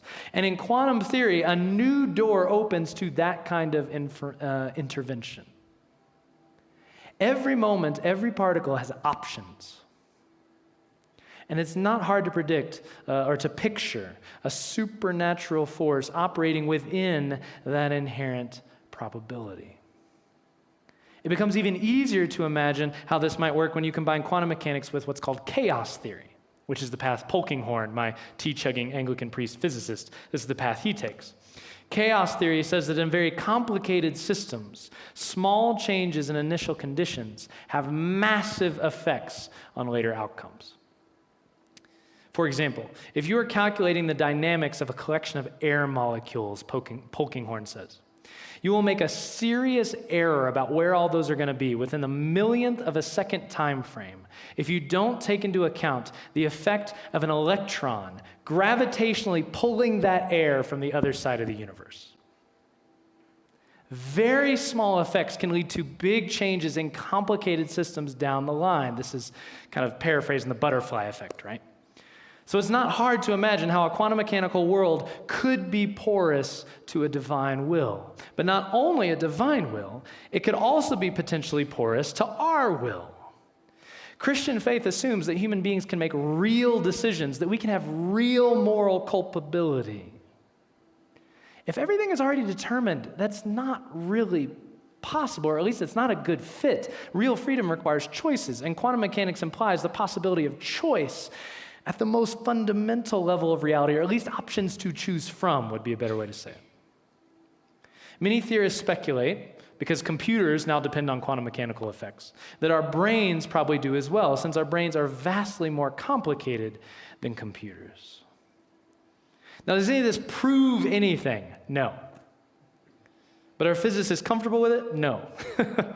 Do they still seek a return to determinism? Yes, it feels way safer. One of the more popular deterministic hypotheses is the many worlds hypothesis, which basically says that all quantum probability events that can happen actually do happen. And that each time that happens, the universe branches off into a new reality, which would imply a heck of a lot of universes are out there right now. Right? All branching off into different forms. But there's more to quantum theory than just this. Quantum theory speculates that there's a deeper relationality in the universe. There's this phenomenon called quantum entanglement, where two quantum particles that have once interacted continue to be linked over large distances, even when they're not next to each other. It's crazy stuff. The most accepted interpretation of quantum mechanics, the Copenhagen interpretation, actually requires someone or something to observe an event on the quantum level in order for anything to really happen. In other words, for the probabilities to become actualities, someone has to make a measurement. This could potentially imply a massive importance to someone who's observing all the things, right? There's a lot we don't know about how all this works. There still isn't any way to combine quantum mechanics, this world of small things, with general relativity, Einstein's theory of big things. But here's what we do know. The calculating demon is dead, and the world that replaced him is wild and woolly. But it is wild and woolly in ways that seem to create a better fit for at least an openness to spiritual realities than worse. All the last century in these paradigm shifts has done has deepened science's fit with theism, not eradicated it. It is really quite incredible. Now, the how of quantum mechanics and the Big Bang fit well with the who of theism. But what about the why? Are there any mechanisms that scientists have discovered that seem to be oriented towards some kind of purpose, that seem to point in some kind of direction, some kind of why? The fancy term for these why questions is teleology, the study of purpose. And it was banished from science early on because it was too easy to use as a conversation stopper for further understanding. For example, why does the sun rise in the east? Because God wants it to. That was his purpose. Obviously, there are more sophisticated examples of that kind of thinking, but you can see the problem. If you give that answer, you stop asking the questions. You just, oh, okay, I'm done. However, it is perfectly legitimate to say, outside the strict bounds of science, that something strikes us as design, that something strikes us as having a purpose. Again, we're not looking for proofs, but fit across disciplines, fit between scientific understanding and potential purpose in this case. And the further we go into the universe, the more natural it becomes to talk about purpose in creation. Really quickly here in biology, biology is rife with talk about purpose. Ironically, it was Darwin's thesis that living things are driven to survive that bound mechanisms and questions of purpose at the hip, because that is a purpose in order to survive. You can't watch a nature program without that delicious British voice of David Attenborough saying that some animal features are adapted or fitted or designed for that environment. They are purpose words, teleology words. It just gets more obvious when you go to the molecular level. Everything works just so. Protein folding is just one example. Not only do you need the exact right atoms in the exact right shape to match up with another set of exact right atoms in the exact right shape for the protein to do what it needs to do, you need to make sure that the protein is oriented in the correct direction, that it's right-handed as opposed to left-handed or vice versa. Because you can have everything in the same order doing the exact same stuff, but it's the wrong-handed, it won't work. This is called chirality, and it means specific geometry is needed even for the most basic body processes to proceed.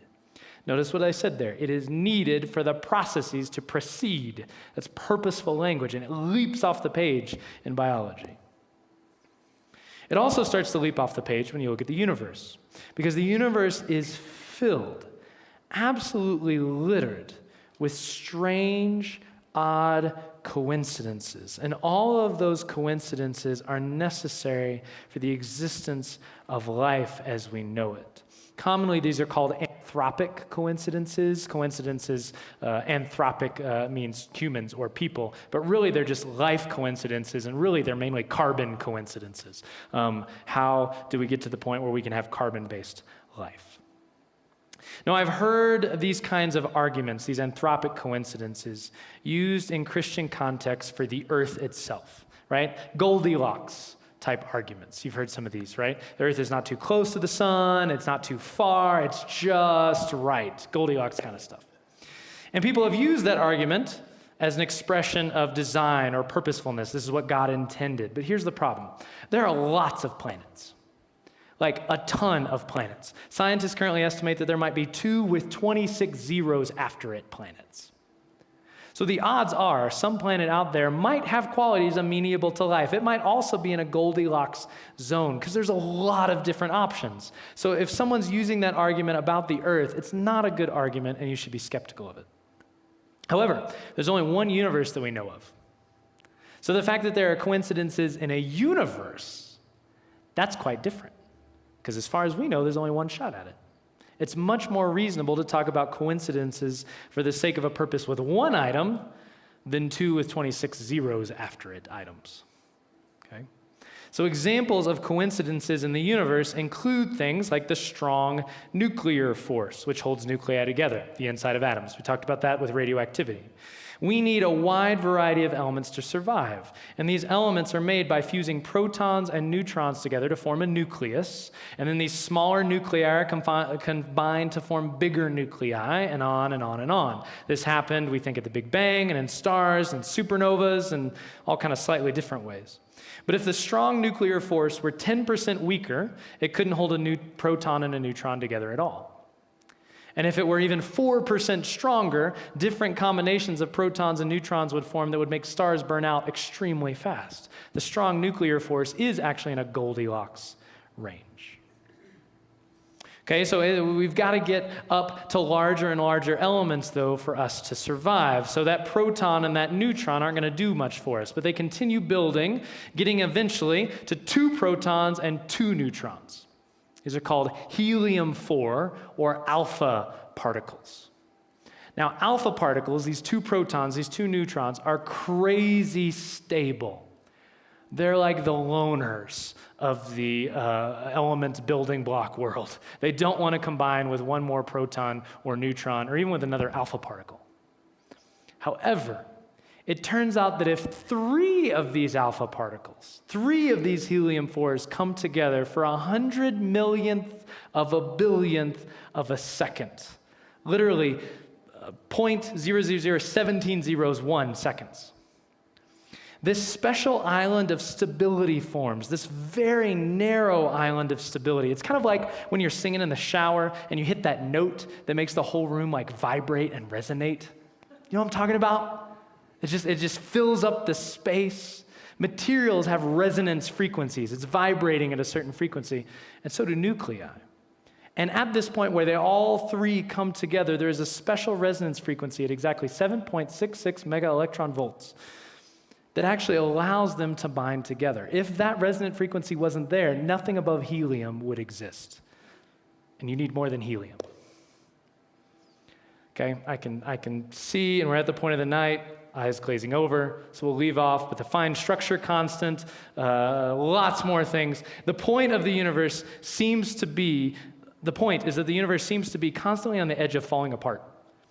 Any number of things could change just slightly and it would all crumble. But it doesn't.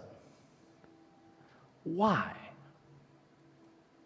Again, this is a question that cannot be answered by scientists, not ultimately, because it speaks to a question of purpose. Why is this here? Now, some have said that these coincidences are the result of yet undiscovered connections between theories. For example, that it has to be this way because some deeper theory explains why it has to be this way. And that's plausible, and I would say quite likely. But then the question will be why that theory is the way it is. As long as some things are strangely coincidental to life, it will be a puzzle to be pondered. Another objection is the reality of what's called observer bias.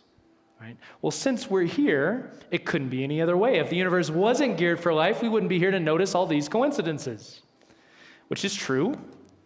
I wouldn't be curious about the sun unless I were here to see it. But that doesn't mean I need to stop being curious about the sun. Right? Just because I'm here to see it doesn't answer the question. It only tries to wave it away.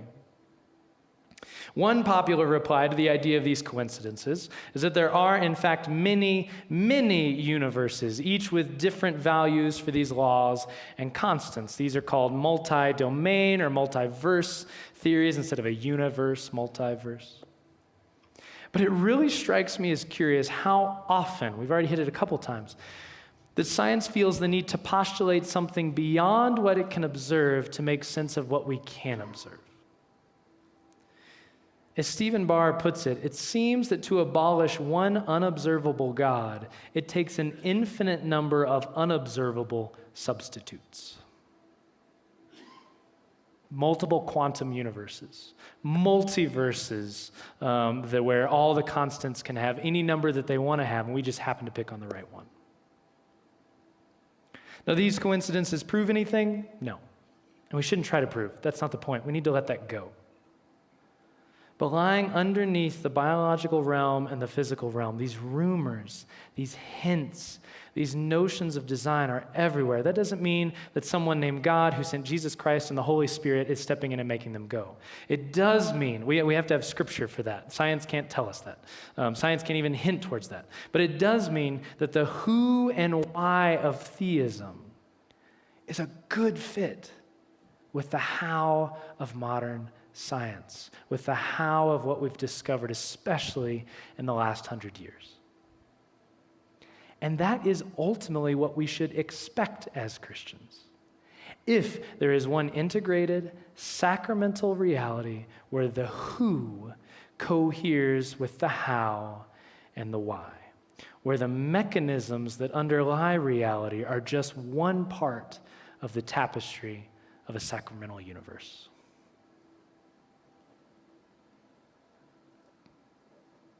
All right. Questions? Thoughts? Bring it. In what ways could quantum mechanics inform our theological understanding of free will and predestination, Minionism and Calvinism? I am going to totally stay away from that question. Because Arminianism and Calvinism have to do with spiritual realities, right?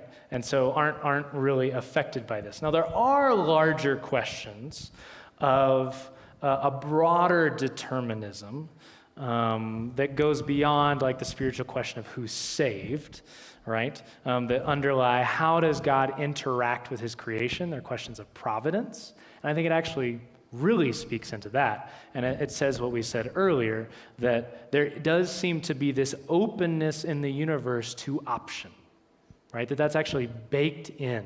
And so whether it's us exerting some form of free will, there's lots of ways to define free will, but some form of free will, there does seem to be, or God exerting his free will, quote unquote, in the midst of this. Again, he doesn't need quantum mechanics to do that, but it does give a beautiful fit if in the very basis of reality there are options. It's kind of striking. So I would say it does affect that. I'm going to totally stay out of Calvinism, Arminianism, because that does not apply to this. At least that's my cop-out answer for now.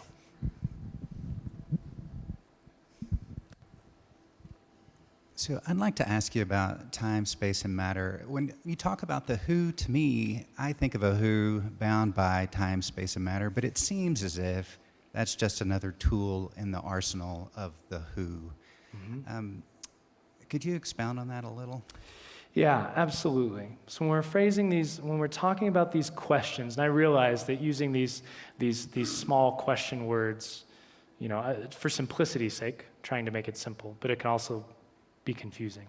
The who is speaking to whether there is an agency that is underwriting and involved with everything we know about the how.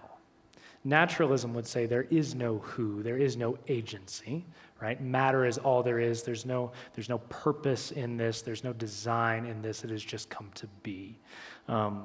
Theism, Christianity included, would say, no, there is a who, there is an agency that is holding all this up, that has designed all this, that is communicating himself through these realities, etc.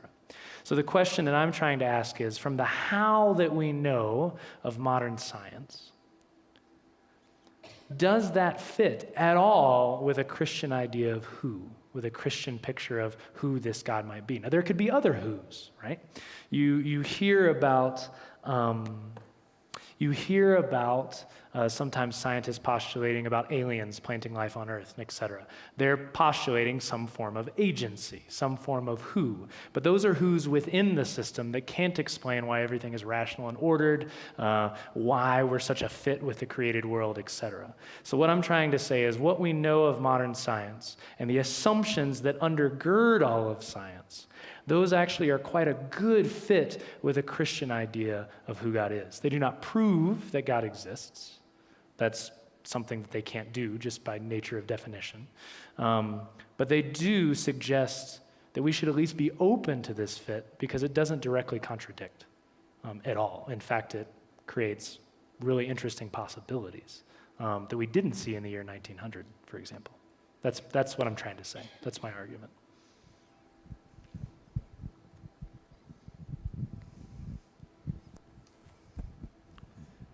Ken, so you've spoken of the scientific community and the long process by which the scientific method proceeds. Yep. Is there an analog for the who and the why questions? Does the religious institution have a process and a method for changing its perspective? Very good.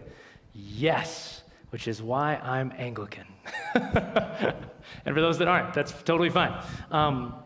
But I do think that Scripture is meant to be interpreted by the community of faith over time, walking forward in our knowledge of the world as we have it. And that different places and perspectives from around the world, like minority perspectives versus majority perspectives, and also different historical perspectives, can be really helpful in helping us kind of critique the ways that we are interpreting certain aspects of faith. So for example, in 2 weeks, when we're talking about origins, I'm going to bring up Augustine as a conversation partner around this, because I actually think he has a lot to teach us to get kind of our modern blinders off. I think one of the problems that we have in faith right now, though, is that we have divorced ourselves from the larger community of conversation around these things. And where I think faith works differently than science is where I do believe that science is in general progressing forward. I don't think that's an assumption that we can make about interpretation of faith. I think it's actually an interpretation that goes in both directions, right? Into the present, but also back into the past.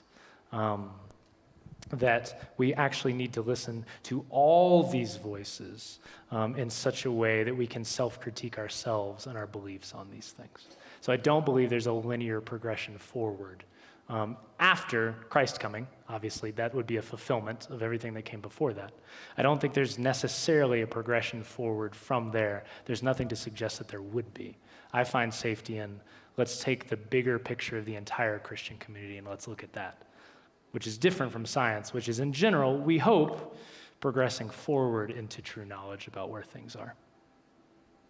So similarities and differences.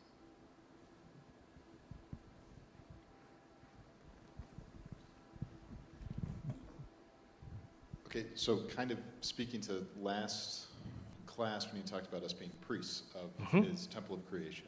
And I'm going to mangle it, but the discussion about the Copenhagen kind of discussion about quantum mechanics, and that you don't, it only exists because you observe it effectively. Well, not the probability becomes an actuality once it's measured.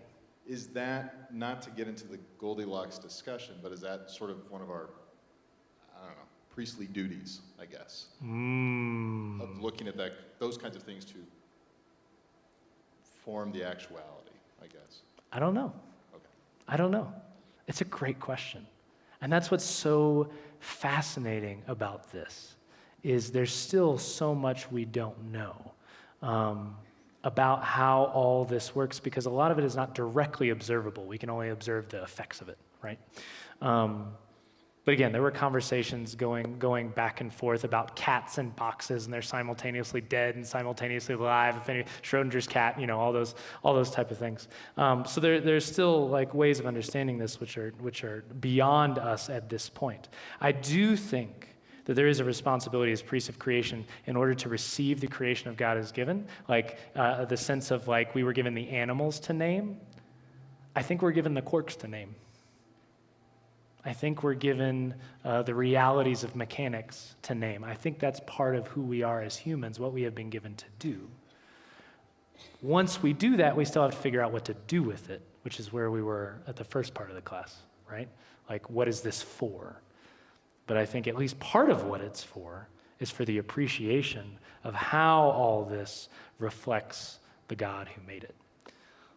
Are we always the observers in quantum mechanics and the Copenhagen interpretation that help probabilities become actualities? I don't think so, because we're not observing all things at all times, right? I think that speaks more to the fact that there is a cosmic observer, if you will. I think that speaks more to God's role than ours. But I don't know. It's so fun. Hey, Ken. Thank you. I'm over here. Oh, there you are. Sorry, Peter's big head was in the way. So this paradigm of thinking about the how from science and then trying to investigate in what way that fits with the why and the who, that could be a very helpful paradigm. My question, though, on the other side of that would be, what would you say to someone who tries to point to what we would maybe call the ugliness of some parts of creation, and then try to sort of make an argument from that it doesn't fit well with the Christian conception of who God is and what he's like? I'm thinking of like examples from the insect world that would have existed like billions of years ago, that just when we observe it, it feels repulsive and ugly. Or you could blow that up to like natural disasters, those kind of things, viruses, all these things that are sort of baked into or feel to some extent baked into creation that to us seem repulsive and don't fit. How do you navigate that sort of question? Yeah, absolutely. It's a great question, and we'll probably get into it a little bit more in 2 weeks from now. But this was something that like Augustine, actually, to go ahead and bring him into this, actually cared very deeply about. And he said that we need to be careful that just because we perceive something as ugly doesn't mean that it is non-purposeful in its own way. Doesn't mean that it doesn't have a dignity in its own way. Like we talked about mosquitoes last time, right? Mosquitoes are ugly in all kinds of ways, and yet they have very important functions in the larger food chain and in the ecosystems, right? So Augustine, actually, I'm trying to remember the book I was reading, the phrase that they used to describe it, but anyway, he basically said that we're way too addicted to our own perspective on things. That just because humans don't find it useful doesn't mean it isn't useful to the larger work of creation. And that we shouldn't be afraid by that. It should make us realize that creation is not here for us, but we are here for it. That fundamental shift in our thinking, like the world doesn't revolve around us in that way. Actually, we are here to steward and care for it. Yeah, it's a great question. Yeah. But Augustine saw the same thing, and he was like, be careful about assuming something's ugly. It's like, oh, that's really cool. He one of his lines said, I could wax eloquent, and he probably could because he's Augustine. He wrote thousands of pages on all kinds of inane details. But he said, I could wax eloquent on beetles, for days. I've even known of people who can write in praise of ashes and dung, was his phrase. And he's like, don't take that as ugly. Like, that might be useful for something. Oh, go for it, Erica, and then this one over here. It is, by the way, 7:35. We'll go for like 5 more minutes, but feel free to head out if you need to. Yeah. Okay. So my question is coming from the perspective of like your average non-scientific person in the world, and kind of navigating how we filter the truth that we see through modern science, the lens of that, because I really want to know truth. Like, what is really true? And I do think there's a reasonable skepticism for the average person that comes from, well, 10 years ago they told me eggs were bad for me, and now they're protein and they're healthy and eat them all the time. Or like, The truth is somewhere in the masks middle. aren't effective, and oh, actually they are effective. And so like, if eggs are bad, I want to know it and I won't eat them.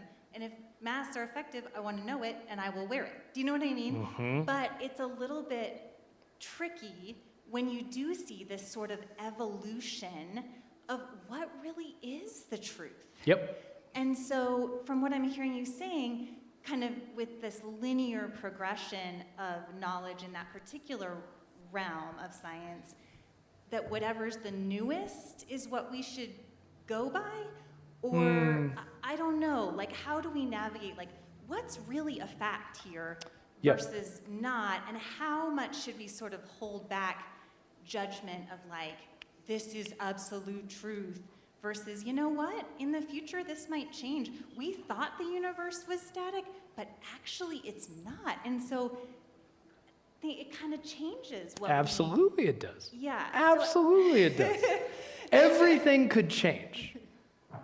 And I mean that, right? We don't know what paradigm shifts lie in the future because the whole point of a paradigm shift is that you can't see it coming, right? We don't know those things. I wouldn't describe the progress as linear. I would actually describe it as like crazy jumpy. Like there's these sense in which like we make this huge step forward and then we got to like fill in all the holes. That's where we're at now with quantum mechanics. Like how does this work? But quantum mechanics still doesn't work with general relativity. So we know we're not done, right? We've still got to find out more things. Here's what I would say. I would say in general, the broader the group that has been working on it, the more trustworthy it is. So if you find one of those science articles that said, this study says that wine is good for you, baloney. Like, look for the broad implications coming out over a long period of time because media is looking for clickbait and they're going to want you to click on things that sound like interesting and provocative, right?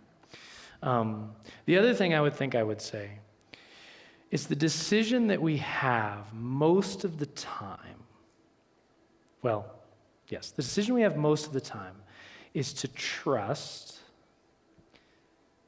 in science or what? And that's what I would say is really important in discerning. What should I lean on here? If the decision is between my one data point and this huge body of work that has come down to us, I would encourage us to trust the huge body of work that's come down to us as opposed to your one data point. If there are truly two views of how the science could work, right, that are fairly reasonably even or even 60-40, 70-30, 80-20, like, okay, right, now let's give these things some weight. But I think the question of do we trust science is not a helpful question because it's do we trust science versus this, versus that, versus this? Do I trust science versus what I saw on Facebook? Do I trust science on what my Uncle Larry said? Do I trust science just on versus what I'm feeling, et cetera, et cetera? And I think that's where the question comes. Okay, like, totally understandable that you're going to have some skepticism about this, but what's the other option? Do you also have skepticism about that? Are we applying the same standards of skepticism to science, whatever that finding is, the findings of science, as we are to the other sources of our knowledge? We just need to be fair in that way. The other thing is to really pay attention to where have they thrown in purpose, where have they thrown in other non-scientific views into the conclusions that they found. Because that's what media will do constantly. It will take some data and it will say, oh, this means that yada, and it almost never means that yada. Almost never. So learning how to parse those two, like having a philosophy of science in your head so you can, when you read those articles, you have a sense of like, oh, this is what they can say, this is what they can't say. That's an extrapolation. That's super helpful. Because I think more that's where most of our skepticism should be. Yes, I wanted to ask a question about how science answers the question of how, and then we have the question of why and who. Mm-hmm. But when you're having a conversation with a really science-based, rational atheist, they would say science does answer the question of why, sometimes not yet, but it will come. And the who is irrelevant. Like there doesn't have to be a who, like what you were saying. Right. So I guess the who seems like a choice of faith or not. And then the why, I give it to them. Sometimes science, many kinds of science, like you were talking about biology or anthropology or psychology, a lot of the other scientists are answering the why. So where does the conversation, how do you engage the conversation, or is that just a dead point, like a moot point, I guess? Yeah, no, I would actually challenge them, and this is where like that podcast I was listening to with a psychologist comes into play. Like, these fields cannot answer questions of ultimate purpose, like why things are happening. They may try, but it is outside the scope of what they can do. They might give some proximate sense of why. They might give some, like, in humans, this particular response, right, is related to some, physiochemical reaction, et cetera. Okay, that's totally fine. Why would we have that physiochemical reaction, right? Why would this be in there? They might be able to speculate, and evolutionary psychology tries to do this a ton. But I don't find it generally helpful, because it might could say some reasons why within a naturalistic framework, but it's boxing out all the other pieces of why something could happen, deeper reasons of why, and saying, these don't apply to this situation. If we're actually interested in getting the fullest picture of reality that we possibly can, it's perfectly fine that you might box off these answers for the purpose of scientific discussion, but to say there are no legitimate answers outside of this, there can be no more whys. I mean, sure, science can't answer them, but why do you say they don't exist? Why do you assume that what's in your box is complete? Why do you assume that that's all there is? I mean, that's what I would ask, because there's some assumption that has come in there that says, this is enough. And it's an unwarranted assumption. There's no reason to assume that. We don't assume it in other areas of life. And in fact, if we tried to live all of life within that box, it would be incredibly drab and boring, and love would just be hormones, and music would just be vibrations in the air. Like, it's not sufficient. It's not sufficient to describe the way life we actually live it, is what I would say. Okay. Peace, love, 2 weeks. Talk about origins. Bring your chairs so you can throw them. We'll have a great time. Thank you, guys.